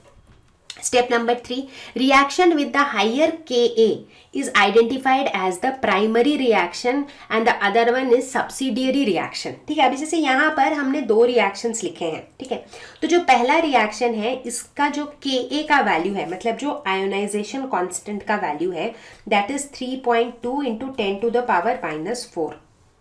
जो दूसरा वाला रिएक्शन है इसमें क्या है, Kw की वैल्यू क्या होती है, 10⁻⁻14। ये तो हमें पता ही है, राइट। अब आप सोचोगे कि मैम ये Ka की वैल्यू मुझे पता कैसे होगी, ये सारी चीजें ना आपके क्वेश्चन में दी हुई होंगी। ठीक है, तो अभी तो मैं एक एग्जाम्पल लेके चल रही हूँ ताकि आपको स्टेप बाय स्टेप अच्छे से समझ आए। तो अब अगर ये दोनों वैल्यूज को कंपेयर करो तो बड़ी कौन सी वाली वैल्यू है, ये बड़ी है, तो इसका मतलब है कि ये जो है ये मेरा प्राइमरी इक्वेशन है, प्राइमरी रिएक्शन है। ठीक है, तो मेरा स्टेप 3 भी हो गया। तो चलो अब आगे बढ़ते हैं, देखते हैं स्टेप नंबर 4। अरे यार इसमें तो काफी चीजें करनी है। ठीक है, तो अब जो भी चीजें करनी है वो सब कुछ किसके ऊपर करना है, प्राइमरी रिएक्शन के ऊपर करना है। अभी हमने प्राइमरी रिएक्शन आइडेंटिफाई किया था, HF plus H2O gives H3O plus F minus, ये था मेरा प्राइमरी रिएक्शन। ठीक है, अब ये कह रहा है कि हमें इसकी इनिशियल कॉन्सेंट्रेशन नोट करनी है इन सब की, उसके बाद हमें चेंज इन कॉन्सेंट्रेशन देखना है कि जैसे जैसे ये इक्विलिब्रियम की तरफ जा रही है तो चेंज इन कॉन्सेंट्रेशन कितना है, और फिर हमें एट इक्विलिब्रियम इनका कॉन्सेंट्रेशन कितना है उसे नोट करना है। ठीक है, चलो करते हैं फिर। तो सबसे पहले बात करेंगे हम इनिशियल कॉन्सेंट्रेशन की। तो लेट अस सपोज ये जो HF है इसका इनिशियल कॉन्सेंट्रेशन लेट से 0.02 m है। ठीक है, अब ये वैल्यू भी कहां से आई, मैंने अज्यूम किया कि it is given in the problem. ठीक है, अब ये तो प्योर लिक्विड है, इसको इग्नोर मारो। तो इनिशियली क्या होगा, जो प्रोडक्ट्स हैं उनका 0 रहेगा अनटिल एंड अनलेस की क्वेश्चन में कुछ ऐसा अलग से मेंशन्ड है। ठीक है, अब मेरा चेंज इन कॉन्सेंट्रेशन कितना होगा, चेंज की अगर हम बात करें ये किस रेट से चेंज हो रहा है, लेट अस सपोज मेरा जो डिग्री ऑफ आयोनाइजेशन है दैट इज अल्फा। तो अल्फा किसके ऊपर, अल्फा ऑफ इनिशियल वैल्यू यानी कि 0.02 अल्फा। अब ये इसका चेंज जो है वो नेगेटिव होगा क्योंकि इसकी तो कॉन्सेंट्रेशन घटेगी, धीरे धीरे ये प्रोडक्ट को बनाएगा, और इनका क्या होगा पॉजिटिव 0.02 अल्फा, यहाँ पर भी प्लस 0.02 अल्फा। तो इक्विलिब्रियम पे इनका कॉन्सेंट्रेशन कितना हो जाएगा 0.02 माइनस 0.02 अल्फा, ये हो जाएगा 0.02 अल्फा, ये हो जाएगा 0.02 अल्फा। तो ये भी मैंने लिख लिया, तो मेरा स्टेप 4 भी हो गया कंप्लीट। देखते हैं स्टेप 5 क्या कहता है। Substitute equilibrium concentrations into equilibrium constant equation for principal reaction and solve for alpha. ठीक है, पढ़ने में बड़ा मुश्किल लगता है बट चीजें हम बहुत इजी चीजें कर रहे हैं। अब हमारा इक्विलिब्रियम कांस्टेंट का इक्वेशन क्या था, याद करो। इक्विलिब्रियम कांस्टेंट का इक्वेशन क्या था, के ए जो हम निकालते थे वही मेरा इक्विलिब्रियम कांस्टेंट का इक्वेशन है, राइट। तो के ए जो है वो क्या हो जाएगा, 0.02 अल्फा का whole square divided by 0.02 minus 0.02 alpha, ये हो जाएगा, राइट। तो इसे अगर हम थोड़ा सा और सिंप्लीफाई करें तो ये हो जाएगा 0.02 alpha square divided by 1 minus alpha. ठीक है, ऊपर एक 0.02 जो है नीचे के एक 0.02 से कैंसिल आउट हो जाएगा। ठीक है, यहां तक भी सही है। ठीक है, अब आप देखोगे कि जो आपका क्वेश्चन होगा ना उसमें आपका के ए की वैल्यू गिवन होगी कि ये जो के ए है ना इस रिएक्शन के लिए उसकी वैल्यू आपके क्वेश्चन में गिवन होगी। ठीक है, अब चूंकि के गिवन होगा तो आप क्या कर सकते हो, इसको इक्वेट कर सकते हो। तो लेट अस से आपके प्रॉब्लम में जो है गिवन है के ए की value which is equal to 3.2 into 10 to the power -4। तो हम क्या करेंगे, इसको उससे इक्वेट कर देंगे। 0.02 alpha square divided by 1 minus alpha is equal to 3.2 into 10 to the power -4। जैसे ही इक्वेट कर दिया, अब हमें क्या मिल जाएगा, एक क्वाड्रेटिक इक्वेशन मिल जाएगा। तो हमें क्या करना है, हमें सॉल्व करना है फॉर अल्फा, अल्फा की वैल्यू निकालनी है। ठीक है, अब आप पूछोगे कि ठीक है मान लो मैंने अल्फा की वैल्यू निकाल ली, निकाल लेने के बाद क्या, जैसे ही आपको अल्फा की वैल्यू पता चल जाएगी तो क्या होगा, आपको H3O+ का कॉन्सेंट्रेशन पता चल जाएगा। क्योंकि देखो साफ साफ दिख रहा है कि H3O+ हाइड्रोनियम आयन का जो कॉन्सेंट्रेशन है that is equal to 0.02 alpha. एक बार अल्फा की वैल्यू पता चल गई तो आप ये वाली वैल्यू निकाल लोगे। और उसके बाद हमारा फाइनल स्टेप क्या है, calculate concentration of species in the reaction. जैसे कि अभी हमने किया कि स्पीशीज क्या है, H3O+ का कॉन्सेंट्रेशन आप निकाल सकते हो, F- का कॉन्सेंट्रेशन निकाल सकते हो, किसी का भी कॉन्सेंट्रेशन निकाल सकते हो, राइट। अब एक बार H3O+ का कॉन्सेंट्रेशन निकल गया तो pH निकालना कोई मुश्किल है क्या। pH क्या होता है, -log/10 concentration of hydrogen ion या फिर हाइड्रोनियम आयन। तो ये तो आप निकाल ही चुके हो, तो बस फिर pH की वैल्यू निकाल लो, बस। तो यही था हमारा steps to find out pH। तो कई बार बुक से पढ़ते हैं ना तो लगता है कि यार बड़ा कॉम्प्लिकेटेड है, कुछ समझ नहीं आ रहा है, बट जब आप करके देखोगे तो इट इज प्रिटी सिंपल। तो चलो एक एग्जाम्पल लेते हैं। अब इसे इतना डिटेल में नहीं समझाऊंगी क्योंकि ये सेम लॉजिक चलेगा यहाँ पर भी। Calculate the pH of 0.08 m solution of hypochlorous acid HOCl. The ionization constant of the acid is 2.5 into 10 to the power -5. Determine the percent dissociation of HOCl. तो सबसे पहले तो क्या करेंगे, हम इक्वेशन को लिखेंगे। HOCl जो है ये अपने एक्वस सॉल्यूशन में डिसोशिएट करके क्या बनाएगा, ClO- प्लस H3O+। ठीक है, और क्वेश्चन में गिवन है कि इसका जो आयोनाइजेशन कांस्टेंट है that is 2.5 into 10 to the power -5।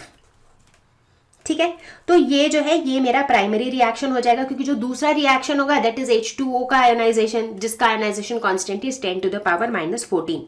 तो इसका आयोनाइजेशन कांस्टेंट बड़ा है तो यही मेरा प्राइमरी रिएक्शन है। ठीक है, तो अब इस प्राइमरी रिएक्शन में हम क्या करेंगे, इनिशियल कॉन्सेंट्रेशन नोट डाउन करेंगे। तो इनिशियल कॉन्सेंट्रेशन दिया हुआ है 0.08 m। ठीक है, ClO का पहले तो 0 ही रहेगा इनका। ठीक है, इक्विलिब्रियम का कॉन्सेंट्रेशन कितना हो जाएगा, इसका इनिशियल में 0.08 था माइनस लेट्स से x, बाद में जाके कुछ कम हो जाएगा, ये जितना ये कम हो जाएगा उतना ये बढ़ जाएगा, उसी तरह उतना ये भी बढ़ जाएगा, करेक्ट। तो ये भी सही है।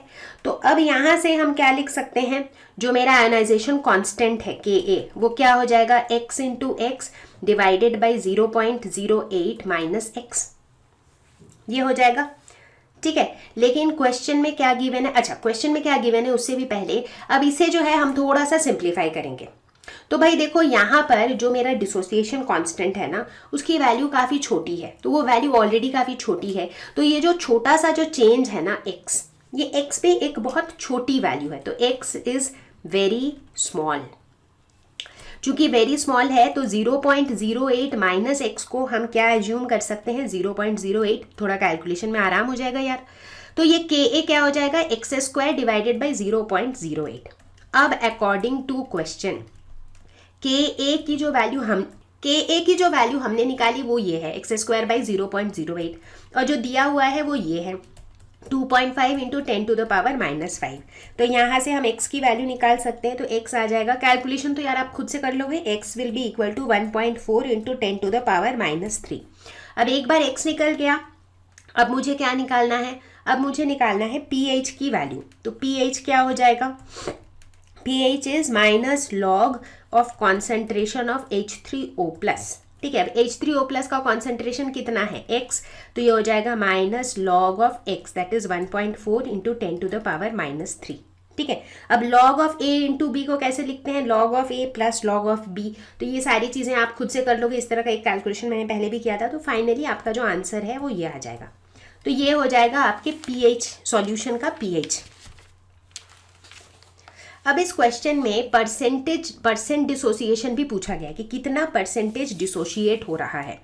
तो परसेंटेज डिसोसिएशन हम कैसे निकालते हैं, तो लॉजिकली सोचो, मतलब कितना परसेंट डिसोशिएट हुआ, इसका मतलब है कि कॉन्सेंट्रेशन ऑफ HOCl जो डिसोशिएट हुआ है compared to the concentration of HOCl जो कि इनिशियली था।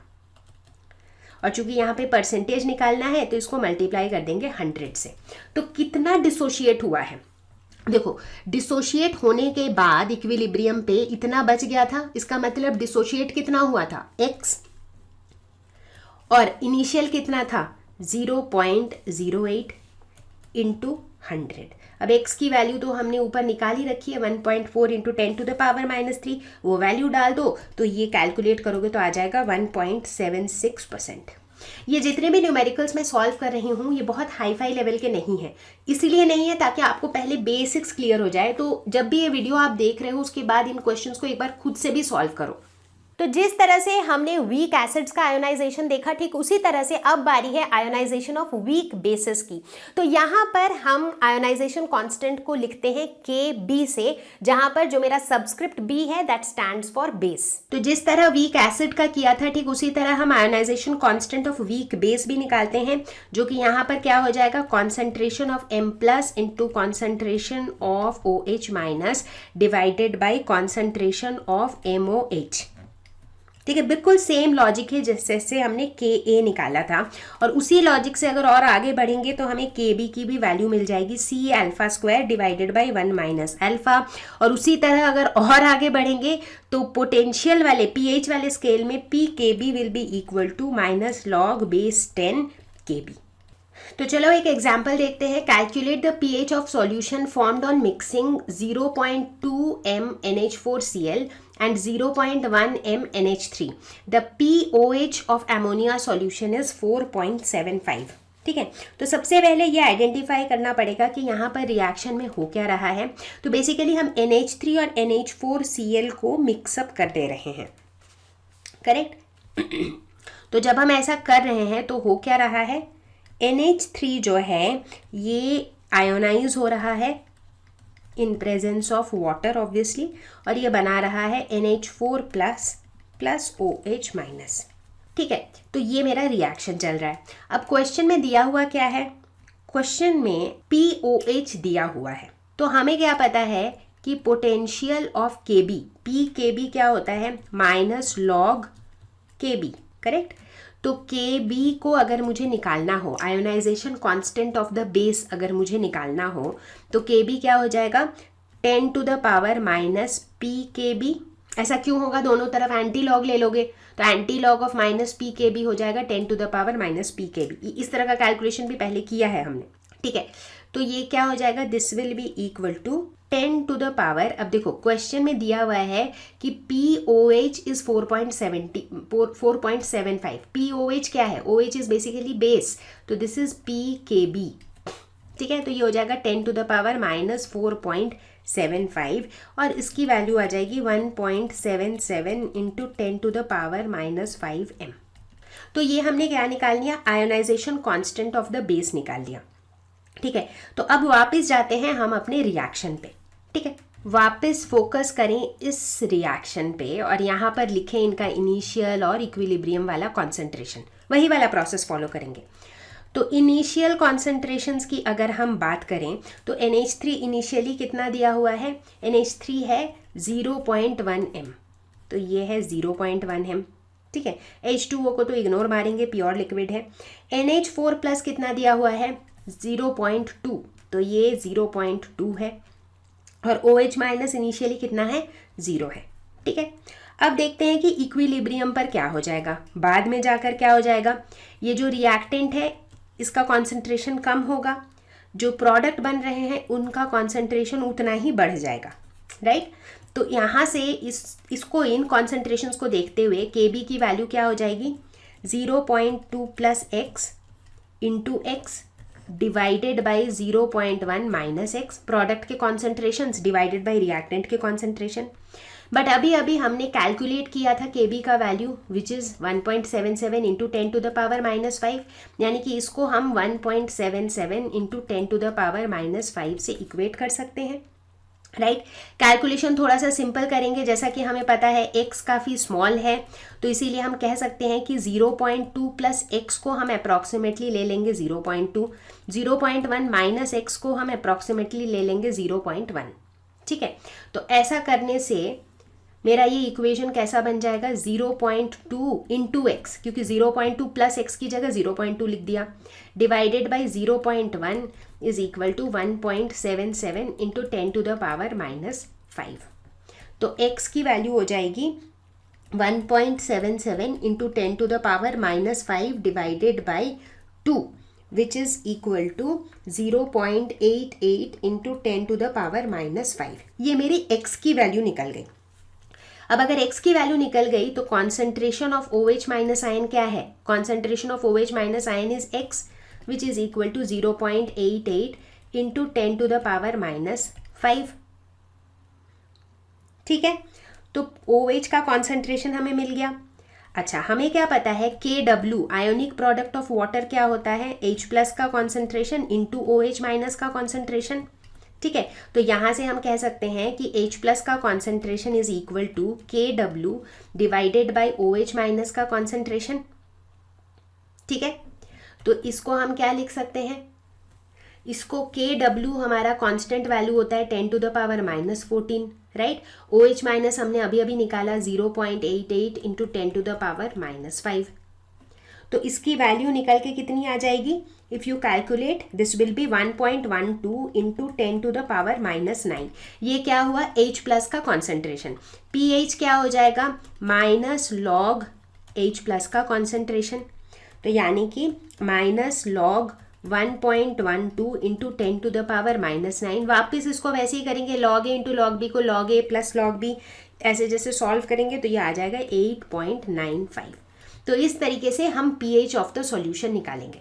देखो ऐसा है ना कि ये जितने भी क्वेश्चंस है ना आयोनिक इक्विलिब्रियम वाले, ये बिल्कुल एक चुटकी में तो सॉल्व नहीं होते हैं, बट अगर आप ये 2-3 बेसिक कॉन्सेप्ट समझ जाओगे ना, स्पेशली ये कॉन्सेंट्रेशन वाला कॉन्सेप्ट अगर समझ जाओगे ना, इनिशियल कॉन्सेंट्रेशन, इक्विलिब्रियम कॉन्सेंट्रेशन, तो मतलब इतना मुश्किल नहीं है, बहुत ज़्यादा कुछ रटने वगैरह का नहीं है। प्रोसेस को समझ लो, स्टेप्स को समझ लो, 1-2 क्वेश्चन प्रैक्टिस करो, आप देखोगे इसी फॉर्मेट से आपके अधिकतर क्वेश्चन सॉल्व होंगे। तो चलो देखते हैं कि यार Ka और Kb के बीच में कोई रिलेशन है क्या। बिल्कुल है, Ka इंटू Kb जो है वो हमेशा बराबर होता है किसके, Kw के, और Kw की वैल्यू तो हम सबको पता ही है 10 टू द पावर माइनस 14।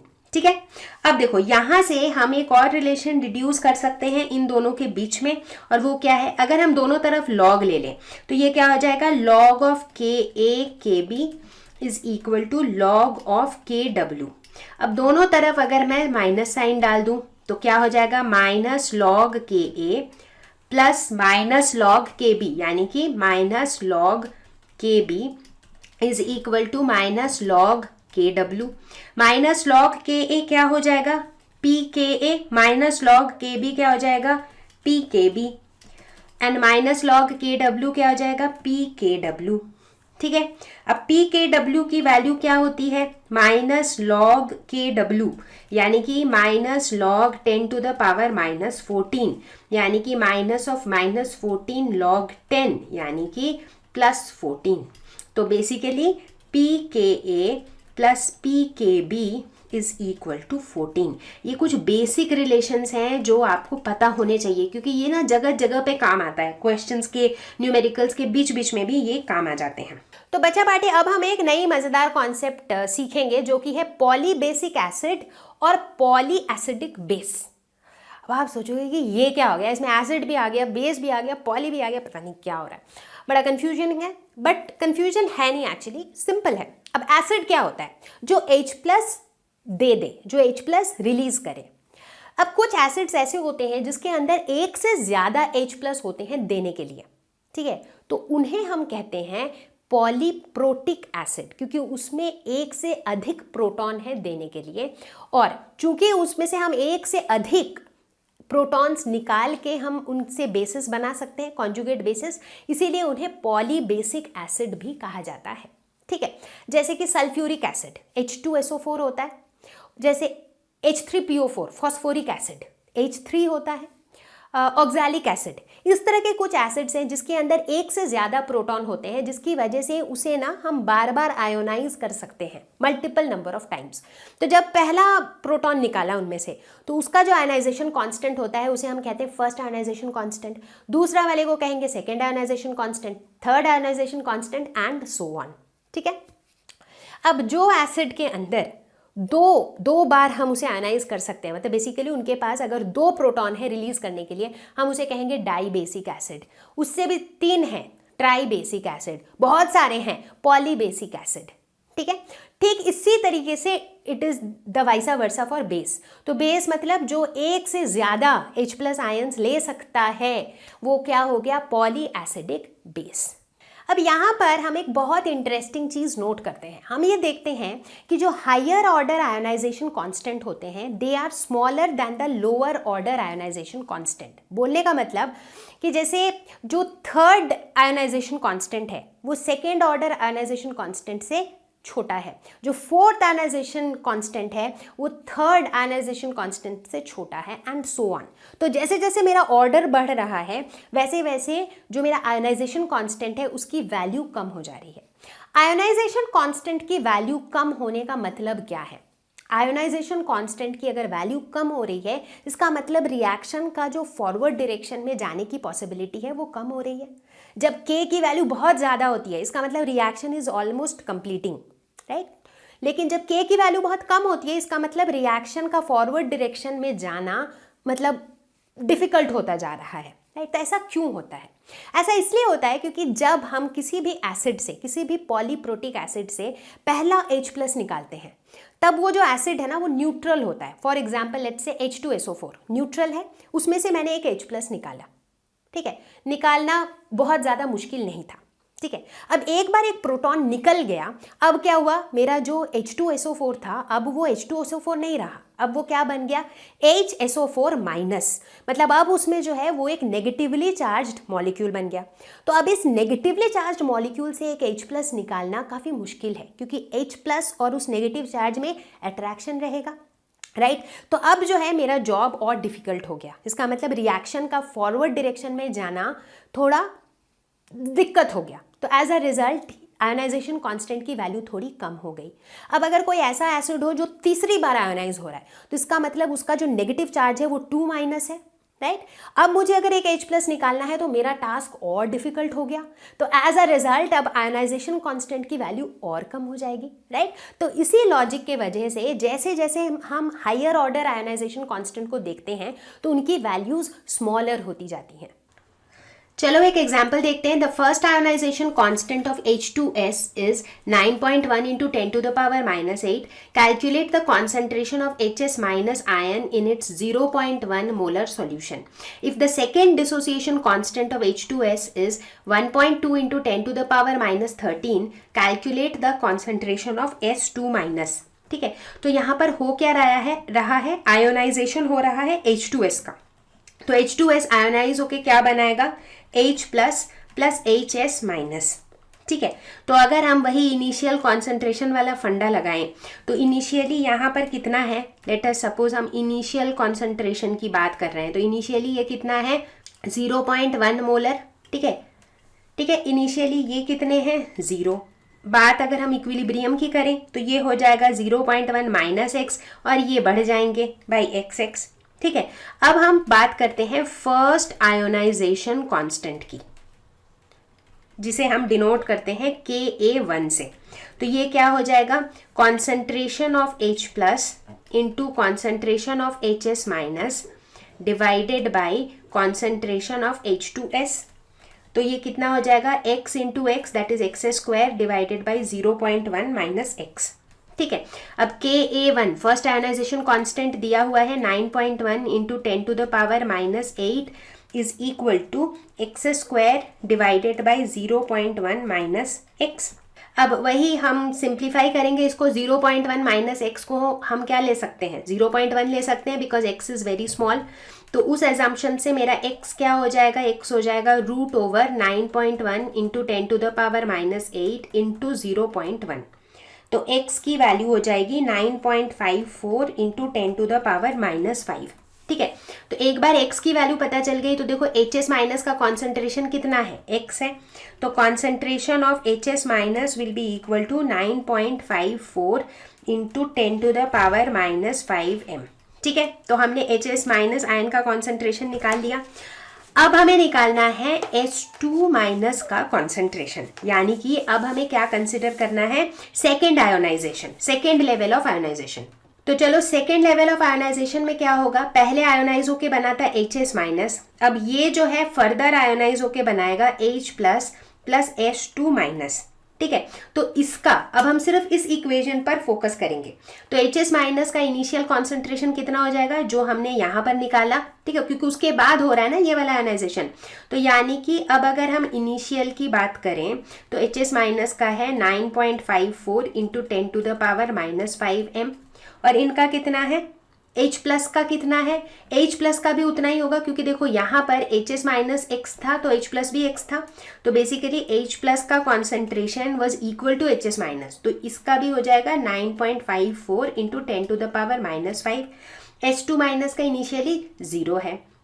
अब इक्विलिब्रियम पर क्या हो जाएगा, ये कुछ घट जाएगा तो ये हो जाएगा 9.54 into 10 to the power minus 5 minus x, ये हो जाएगा कुछ बढ़ जाएगा। ठीक है, लेट अस सपोज ये कुछ बढ़ गया, तो लेट्स से ये हो गया 9.54 into 10 to the power minus 5 plus x, और ये S2 माइनस का भी हो गया प्लस एक्स, ये पहले 0 था तो 0 प्लस एक्स। तो इसके हिसाब से अब अगर हम सेकेंड आयोनाइजेशन कांस्टेंट Ka2 की वैल्यू लिखें तो ये क्या हो जाएगा, concentration of H plus into concentration of S2 minus divided by concentration of HS minus. तो ये सारे वैल्यूज डाल देते हैं, तो ऊपर क्या हो जाएगा 9.54 into 10 to the power minus 5 plus x into x divided by 9.54 into 10 to the power minus 5 minus x. अब देखो 9.54 प्लस एक्स को हम 9.54 into 10 to the power minus 5 assume कर लेते हैं, उसी तरह नीचे का भी 9.54 into 10 to the power minus 5 minus x को हम 9.54 into 10 to the power minus 5 assume कर लेते हैं। तो ये जो है ये कैंसिल आउट हो जाएगा, तो हमारे पास क्या बचेगा, x is equal to Ka2, और Ka2 की वैल्यू दी हुई है 1.2 into 10 to the power minus 13, यानी कि concentration of S2 minus will be equal to 1.2 into 10 to the power minus 13। तो देखो वही लॉजिक से हम कितने तरह तरह के क्वेश्चंस सॉल्व कर सकते हैं। अब हम बात करने वाले हैं about factors affecting acid strength.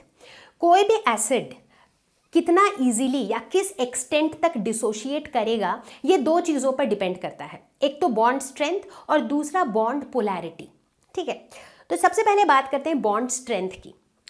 हम ये नोटिस करते हैं, जैसे मान लो कोई भी एसिड है, HCl, HF, HI, HBr, कोई भी एसिड है, यहाँ पर हाइड्रोजन और जो भी दूसरा एलिमेंट है इनके बीच का जो बॉन्ड है, अगर ये बॉन्ड बहुत स्ट्रांग हुआ, बहुत एकदम फेविकॉल का जोड़ है, तो उसे तोड़ने के लिए हमें खूब सारा एनर्जी देना होगा, राइट। यानी कि उसमें से H+ को निकालना बहुत आसान नहीं होगा, तो यानी कि उसका जो एसिडिक कैरेक्टर है वो कम होगा, उसका एसिडिटी जो है वो कम होगा, ठीक है। तो इसका मतलब अगर बॉन्ड स्ट्रेंथ, बॉन्ड का जो स्ट्रेंथ है वो अगर बहुत ज़्यादा होगा तो उसका एसिडिटी कम होगा। अब चलो पीरियोडिक टेबल में देखते हैं। पीरियोडिक टेबल में जब भी हम टॉप टू डाउन जाते हैं एक ग्रुप में, as we go down the group, वहां पर हम देखते हैं कि एसिडिटी को डिटरमाइन करने के लिए bond strength is a more critical factor. क्यों? जैसे हम ऊपर से नीचे की तरफ आते हैं तो एटम का साइज इंक्रीज होता है, उसका बॉन्ड स्ट्रेंथ डिक्रीज होता है, एज अ रिजल्ट उसका एसिडिटी इंक्रीज होता है। तो चलो अब बात करते हैं दूसरे फैक्टर की, जो कि है बॉन्ड पोलैरिटी। मान लो कोई एक बॉन्ड है जो बहुत ज़्यादा पोलर है। ज़्यादा पोलर है मतलब उस बॉन्ड के जो दो एटम्स हैं उनके बीच में काफ़ी ज़्यादा इलेक्ट्रोनेगेटिविटी डिफरेंस है। अगर एक बहुत ज़्यादा इलेक्ट्रोनेगेटिव है तो दूसरा बहुत कम इलेक्ट्रोनेगेटिव है, उसकी वजह से क्या होगा, जो ज़्यादा इलेक्ट्रोनेगेटिव है वो सारे इलेक्ट्रॉन्स को अपनी तरफ खींच लेगा, करेक्ट। तो दोनों के बीच में चार्ज सेपरेशन होगा। जैसे ही चार्ज सेपरेशन होगा इसको क्लीवेज करना आसान होगा, हाइड्रोजन निकालना आसान होगा, राइट। तो यानी कि बॉन्ड पोलैरिटी अगर ज़्यादा हो तो एसिडिटी भी ज़्यादा होगी, राइट। तो अब अगर हम अपने पीरियोडिक टेबल में किसी भी पीरियड के अलोंग देखें, अगर हम लेफ्ट टू राइट जाएं एक पीरियड में, तो वहां पर हम देखते हैं कि एसिडिटी डिटरमाइन करने के लिए bond polarity is more important factor. क्यों? लेफ्ट टू राइट जाते हैं तो इलेक्ट्रोनेगेटिविटी इंक्रीज होता है, तो बॉन्ड पोलैरिटी इंक्रीज होगा, तो एसिडिटी क्या होगा, इंक्रीज होगा। तो बच्चा बाटी अभी तक आयोनिक इक्विलिब्रियम सबको हो रहा है ना क्रिस्टल क्लियर? बहुत बढ़िया। अब हम डिस्कस करने वाले हैं कॉमन आयन इफेक्ट। बहुत से बच्चों को बुक से पढ़ के ये टॉपिक नहीं समझ आया होगा, बट आज हो जाएगा crystal clear. Common ion effect क्या होता है ये? सबसे पहले एक एग्जाम्पल लेते हैं। लेट अस सपोज हम बात करते हैं एक वीक एसिड की, एसिटिक एसिड की। एसिटिक एसिड कैसे आयोनाइज होता है? CH3COOH आयोनाइज होके बनाएगा CH3COO- प्लस H+, ठीक है।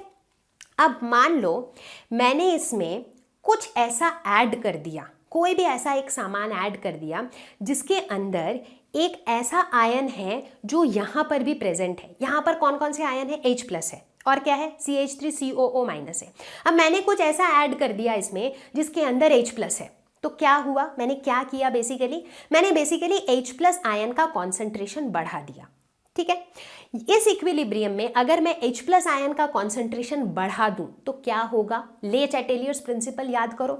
अगर H+ का कॉन्सेंट्रेशन बढ़ा दिया तो मेरा इक्विलिब्रियम इस डायरेक्शन में शिफ्ट हो जाएगा ताकि ज़्यादा से ज़्यादा H+ यूज हो जाए, राइट। यानी कि मेरा इक्विलिब्रियम एक ऐसे डायरेक्शन में शिफ्ट होगा कि H+ का कॉन्सेंट्रेशन कम होता जाए और ये जो अनआयोनाइज्ड CH3OOH है इसका कॉन्सेंट्रेशन बढ़ जाए। बेसिकली मेरा रिएक्शन बैकवर्ड डायरेक्शन में चलने लगेगा, राइट।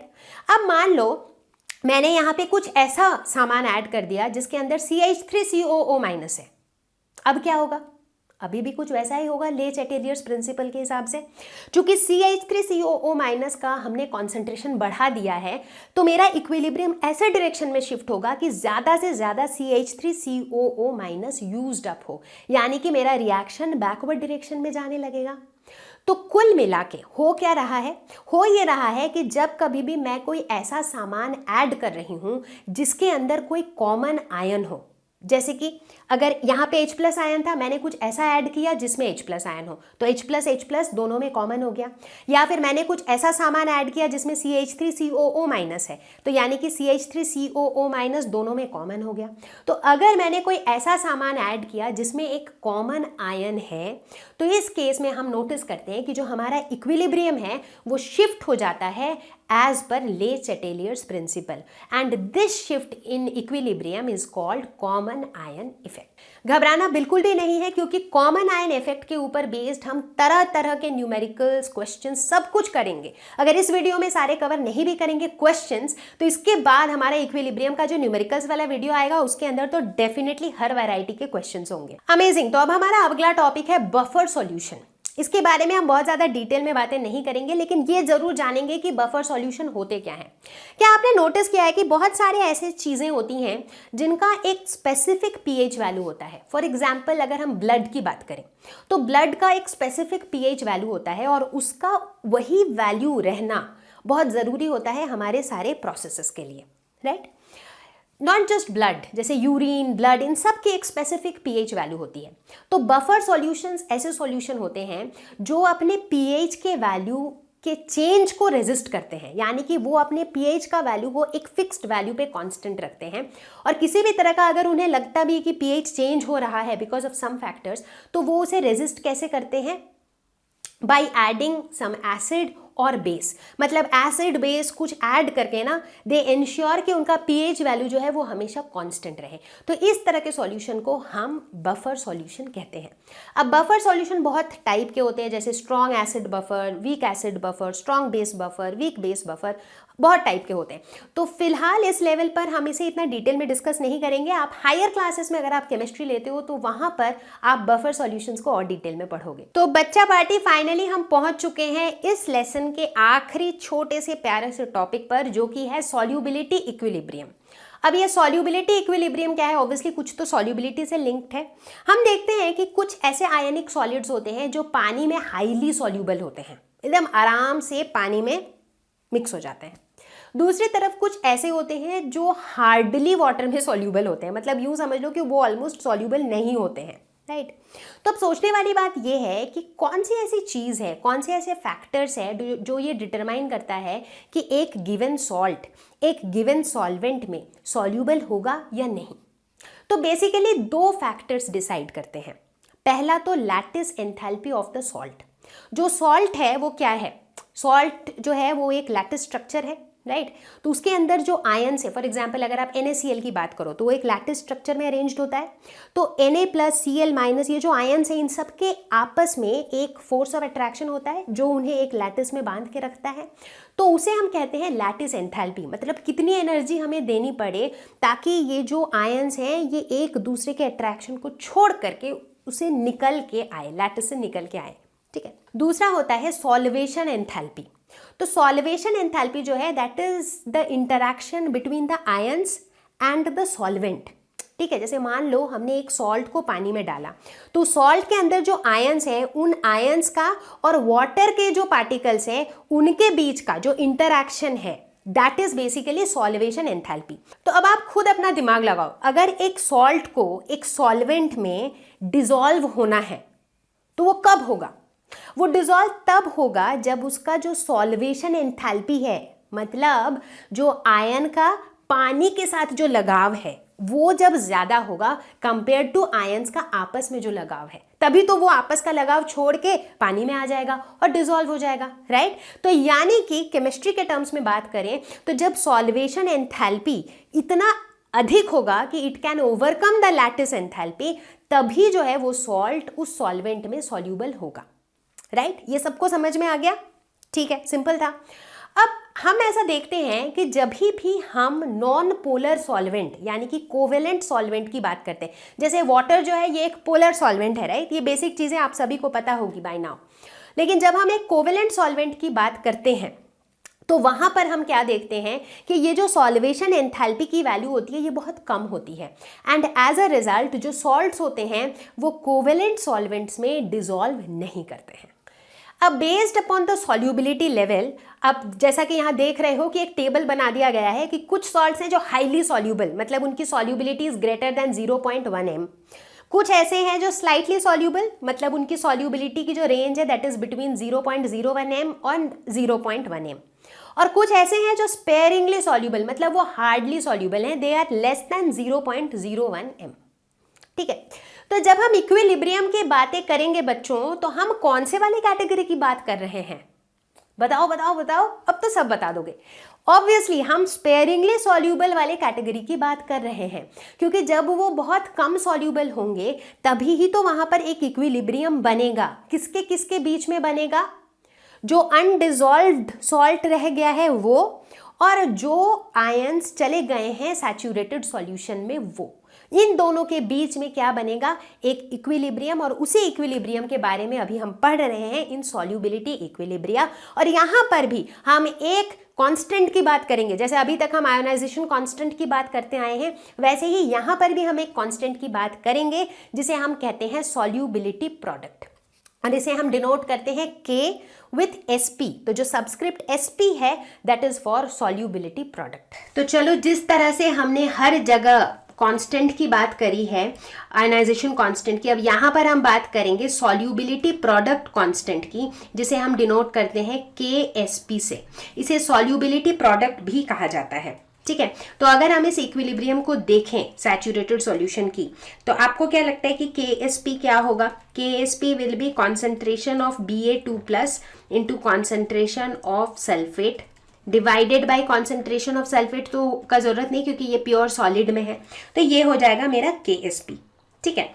अब यहाँ पर जब भी हम सॉल्युबिलिटी प्रोडक्ट कांस्टेंट की बात करते हैं, हम किसकी बात करते हैं? हम बात करते हैं सॉल्ट की, ठीक है। सॉल्ट हमें क्या देता है? सॉल्ट हमें कैटायन, एनायन देता है, और सॉल्ट एक या एक से अधिक कैटायन या एनायन दे सकता है with different charges on it, ठीक है। मतलब इन जनरल अगर हम बात करें तो लेट अस सपोज हमारे पास एक सॉल्ट है इस फॉर्मेट का, ये मेरा सॉल्ट है, ठीक है। अब जब ये आयोनाइज होता है या फिर जब ये सॉल्यूबल होता है, तो इसके जो आयन्स हैं वो किस तरह के होते हैं? ऐसे होते हैं Mp+ प्लस X⁻, ठीक है। तो ये अब इनके एक्वस फॉर्म में ये इसके आयन्स होते हैं, ठीक है। और ये कितने देगा ये आयन्स? जैसे यहाँ Mx है तो यानी कि ये M जो है X नंबर ऑफ होंगे, उसी तरह XY है तो Y number of X ions होंगे, ठीक है। तो कुछ इस तरीके से मेरा कोई भी सॉल्ट जो है वो आयोनाइज करता है। ये एक मैं जनरल फॉर्मेट बता रही हूँ, ठीक है। तो इनके केस में अगर मैं सॉल्युबिलिटी प्रोडक्ट को लिखना चाहूँ तो वो क्या हो जाएगा? Mp+ का concentration to the power X, क्योंकि कोफिशिएंट है यहाँ पर, उसी तरह X⁻ का concentration to the power Y, ठीक है। अब यहाँ पर तो ये लॉजिक तो सबको पता है, राइट, क्योंकि इसमें कुछ नया नहीं है। सो जस्ट दैट यहाँ पर हम सॉल्ट की बात कर रहे हैं। अब यहाँ पर मैं एक नया टर्म इंट्रोड्यूस करूंगी जिसे हम कहते हैं मोलर सॉल्युबिलिटी। तो ये सॉल्युबिलिटी वाले क्वेश्चंस में ना आपको कई बार ये मोलर सॉल्युबिलिटी देखने को मिलेगा। मोलर सॉल्युबिलिटी को हम डिनोट करते हैं कैपिटल S से, और इसे हम लिखते कैसे हैं? जैसे मान लो अभी सॉल्युबिलिटी प्रोडक्ट को अब मैं सॉल्युबिलिटी के टर्म्स में अगर लिखती हूँ, ठीक है, तो कैसे लिखूंगी? अब ये जो M आयन का कॉन्सेंट्रेशन है, इस आयन का जो कॉन्सेंट्रेशन है, इसे मैं कैसे लिखूंगी सॉल्युबिलिटी के टर्म्स में? X into molar solubility to the power X, ठीक है। उसी तरह इस वाले आयन को मैं मोलर सॉल्युबिलिटी के टर्म्स में कैसे लिखूंगी? Y into capital S to the power Y, ठीक है। तो यानी कि मेरा जो KSP है, जो सॉल्युबिलिटी प्रोडक्ट है, that is X to the power X into Y to the power Y into S to the power X+Y, ठीक है। या फिर हम कह सकते हैं कि molar solubility capital S is equal to, simple mathematics है, solubility product divided by X to the power X into Y to the power Y, this whole to the power 1/X+Y। Now let me tell you बच्चों कि ये formula वगैरह आपको रटना नहीं है। मैं आपको रटने के लिए ये फॉर्मूला डिराइव नहीं करा रही हूँ, मैं आपको इसलिए डिराइव करा रही हूँ कि कोई भी न्यूमेरिकल रहे तो उसे आपको अप्रोच कैसे करना है। अगर उसमें सॉल्युबिलिटी दिया हुआ है, मोलर सॉल्युबिलिटी दिया हुआ है, तो न्यूमेरिकल को अप्रोच इस ढंग से करोगे, सिर्फ फॉर्मूला याद करके कुछ नहीं होने वाला, ठीक है। तो ये था हमारा सॉल्युबिलिटी प्रोडक्ट। तो अब हम देखते हैं एक example. Calculate the molar solubility of NiOH2 in 0.10 molar NaOH. The ionic product of NiOH2 is 2 into 10 to the power -15. ठीक है, तो मुझे मोलर सॉल्युबिलिटी निकालना है। लेट अस सपोज इसकी मोलर सॉल्युबिलिटी है कैपिटल S। सबसे पहले तो देखते हैं कि इस रिएक्शन में हो क्या रहा है। NiOH2 जो है ये देगा Na2+ प्लस 2OH-, ठीक है। इसको बैलेंस किया है, रिएक्शन को बैलेंस भी किया है, ठीक है। तो चलो अब हम बात करते हैं सॉल्युबिलिटी के टर्म्स में, ठीक है, क्योंकि हमको यहाँ सॉल्युबिलिटी निकालना है ना। तो अगर हम सॉल्युबिलिटी के टर्म्स में बात करें तो अगर इसका सॉल्युबिलिटी, मोलर सॉल्युबिलिटी S है, इसका अगर S है तो इसका क्या हो जाएगा? 2S, क्योंकि नंबर ऑफ मोल्स यहाँ पर ज्यादा है and molar solubility is dependent on number of moles, right. तो यानी कि कॉन्सेंट्रेशन ऑफ Na2+ की अगर हम बात करें तो ये क्या हो जाएगा, concentration of this will B number of moles into molar solubility. ठीक है, अगर हम कॉन्सेंट्रेशन की बात करें OH- की तो ये क्या हो जाएगा, number of moles into molar solubility. ऐसे ही हम कर रहे थे लास्ट टाइम भी, X into capital S, Y into capital S, ऐसे कर रहे थे। उसी तरह से अगर अब हम बात करते हैं सॉल्युबिलिटी प्रोडक्ट की, ठीक है, सॉल्युबिलिटी प्रोडक्ट हम कैसे निकालेंगे, concentration of Na2+ into concentration of OH-। अब आप पूछोगे divided by concentration of this, ये तो सॉल्ट है, ये मेरा सॉलिड फॉर्म में है तो इसको मैं इग्नोर मारूंगी। ठीक है, तो ये क्या हो जाएगा, तो अब ये जो कॉन्सेंट्रेशन की हम बात करेंगे इसमें हम फिर से वापस वही वाली स्ट्रैटेजी लगाएंगे कि इनिशियल में कॉन्सेंट्रेशन कितना था, बाद में जाके कॉन्सेंट्रेशन कितना हो गया, करेक्ट, वही वाला लॉजिक लगाएंगे। तो यहाँ पर जो मेरा बाद वाला कॉन्सेंट्रेशन है, इनफैक्ट OH- वाला जो कॉन्सेंट्रेशन है, यहाँ पर हम क्या देखते हैं कि जो मेरा सॉल्यूशन है ना दैट इज NaOH, यानी कि इस NaOH में भी 0.1 मोलर NaOH के अंदर भी तो OH- आयन है, क्योंकि अभी मैंने जो रिएक्शन लिखा है उसमें मैं सिर्फ NiOH2 की बात कर रही हूँ। ठीक है, मैं सोडियम हाइड्रोक्साइड की तो बात ही नहीं कर रही हूँ, राइट। तो यानी कि सोडियम हाइड्रोक्साइड में भी तो मेरा OH- आयन है, करेक्ट। तो इसीलिए जब मैं Na2+ के कॉन्सेंट्रेशन की बात कर रही हूँ तो ये तो S है, इसमें कोई दिक्कत नहीं है, लेकिन जब मैं OH- की बात कर रही हूँ तो क्या ये सिर्फ 2S है, 2S के साथ साथ इसमें ये 0.10 भी है, करेक्ट। तो इसीलिए OH का जो कॉन्सेंट्रेशन है वो हो जाएगा 2S, तो ये हो जाएगा 2S प्लस 0.10। अब देखो यहाँ पर मैंने एक चीज कर दिया है मिस, बोलो क्या, इसका कोफिशिएंट Na2+ का तो चलो यहाँ पर कोफिशिएंट 1 है, बट OH- से पहले 2 है तो यानी कि यहाँ पर होल स्क्वायर होगा, तो यहाँ पर भी होल स्क्वायर होगा, करेक्ट। तो अब थोड़ा सा अप्रोक्सीमेशन करेंगे, क्योंकि यहाँ पर हम क्या देख रहे हैं कि जो 2S है that is very very less than 0.10, क्योंकि यहाँ पर हम इसकी सॉल्युबिलिटी की बात कर रहे हैं, करेक्ट। तो और हम देख ही रहे हैं कि KSP की जो वैल्यू दी हुई है, आयोनिक प्रोडक्ट की वैल्यू तो दी हुई है, that is a very small value, right. तो इसीलिए हम क्या कह सकते हैं कि 2S प्लस 0.10 को हम किससे अप्रॉक्सीमेट कर सकते हैं, 2S प्लस 0.10 को हम अप्रॉक्सीमेटली लिख सकते हैं 0.10। अब बहुत से बच्चे सोच रहे होंगे कि यार ये 2S जो है ये 0.10 से कम क्यों है। ऐसा इसलिए क्योंकि KSP की जो वैल्यू है वो बहुत कम है, और हमने ये पढ़ा है कि जब भी आयोनाइजेशन कांस्टेंट की वैल्यू बहुत कम होती है इसका मतलब मेरा रिएक्शन जो है ना वो हार्डली फॉरवर्ड डायरेक्शन में जा रहा है, यानी कि प्रोडक्ट्स जो है वो मेरे बहुत कम बन रहे हैं। तो बेसिकली यहाँ पर OH- एक प्रोडक्ट है तो इसका जो कॉन्सेंट्रेशन है दैट इज 2S, ये 2S एक बहुत ही छोटी सी वैल्यू है क्योंकि बहुत कम अमाउंट में 2S बन रहा है, 2OH बन रहा है, ठीक है। तो इसीलिए 2S जो है that is very very small then 0.10, तो 2S प्लस 0.10 को हम अप्रॉक्सीमेटली 0.10 एज्यूम कर लेंगे। तो उसके according KSP will be equal to S into 0.10 का होल स्क्वायर, और KSP की वैल्यू तो दी हुई है तो S क्या हो जाएगा, KSP यानी कि 2 into 10 to the power -15 divided by 0.10 का whole square, this is equal to 2 into 10 to the power -13 m। तो ये हो जाएगा सॉल्युबिलिटी, मोलर सॉल्युबिलिटी।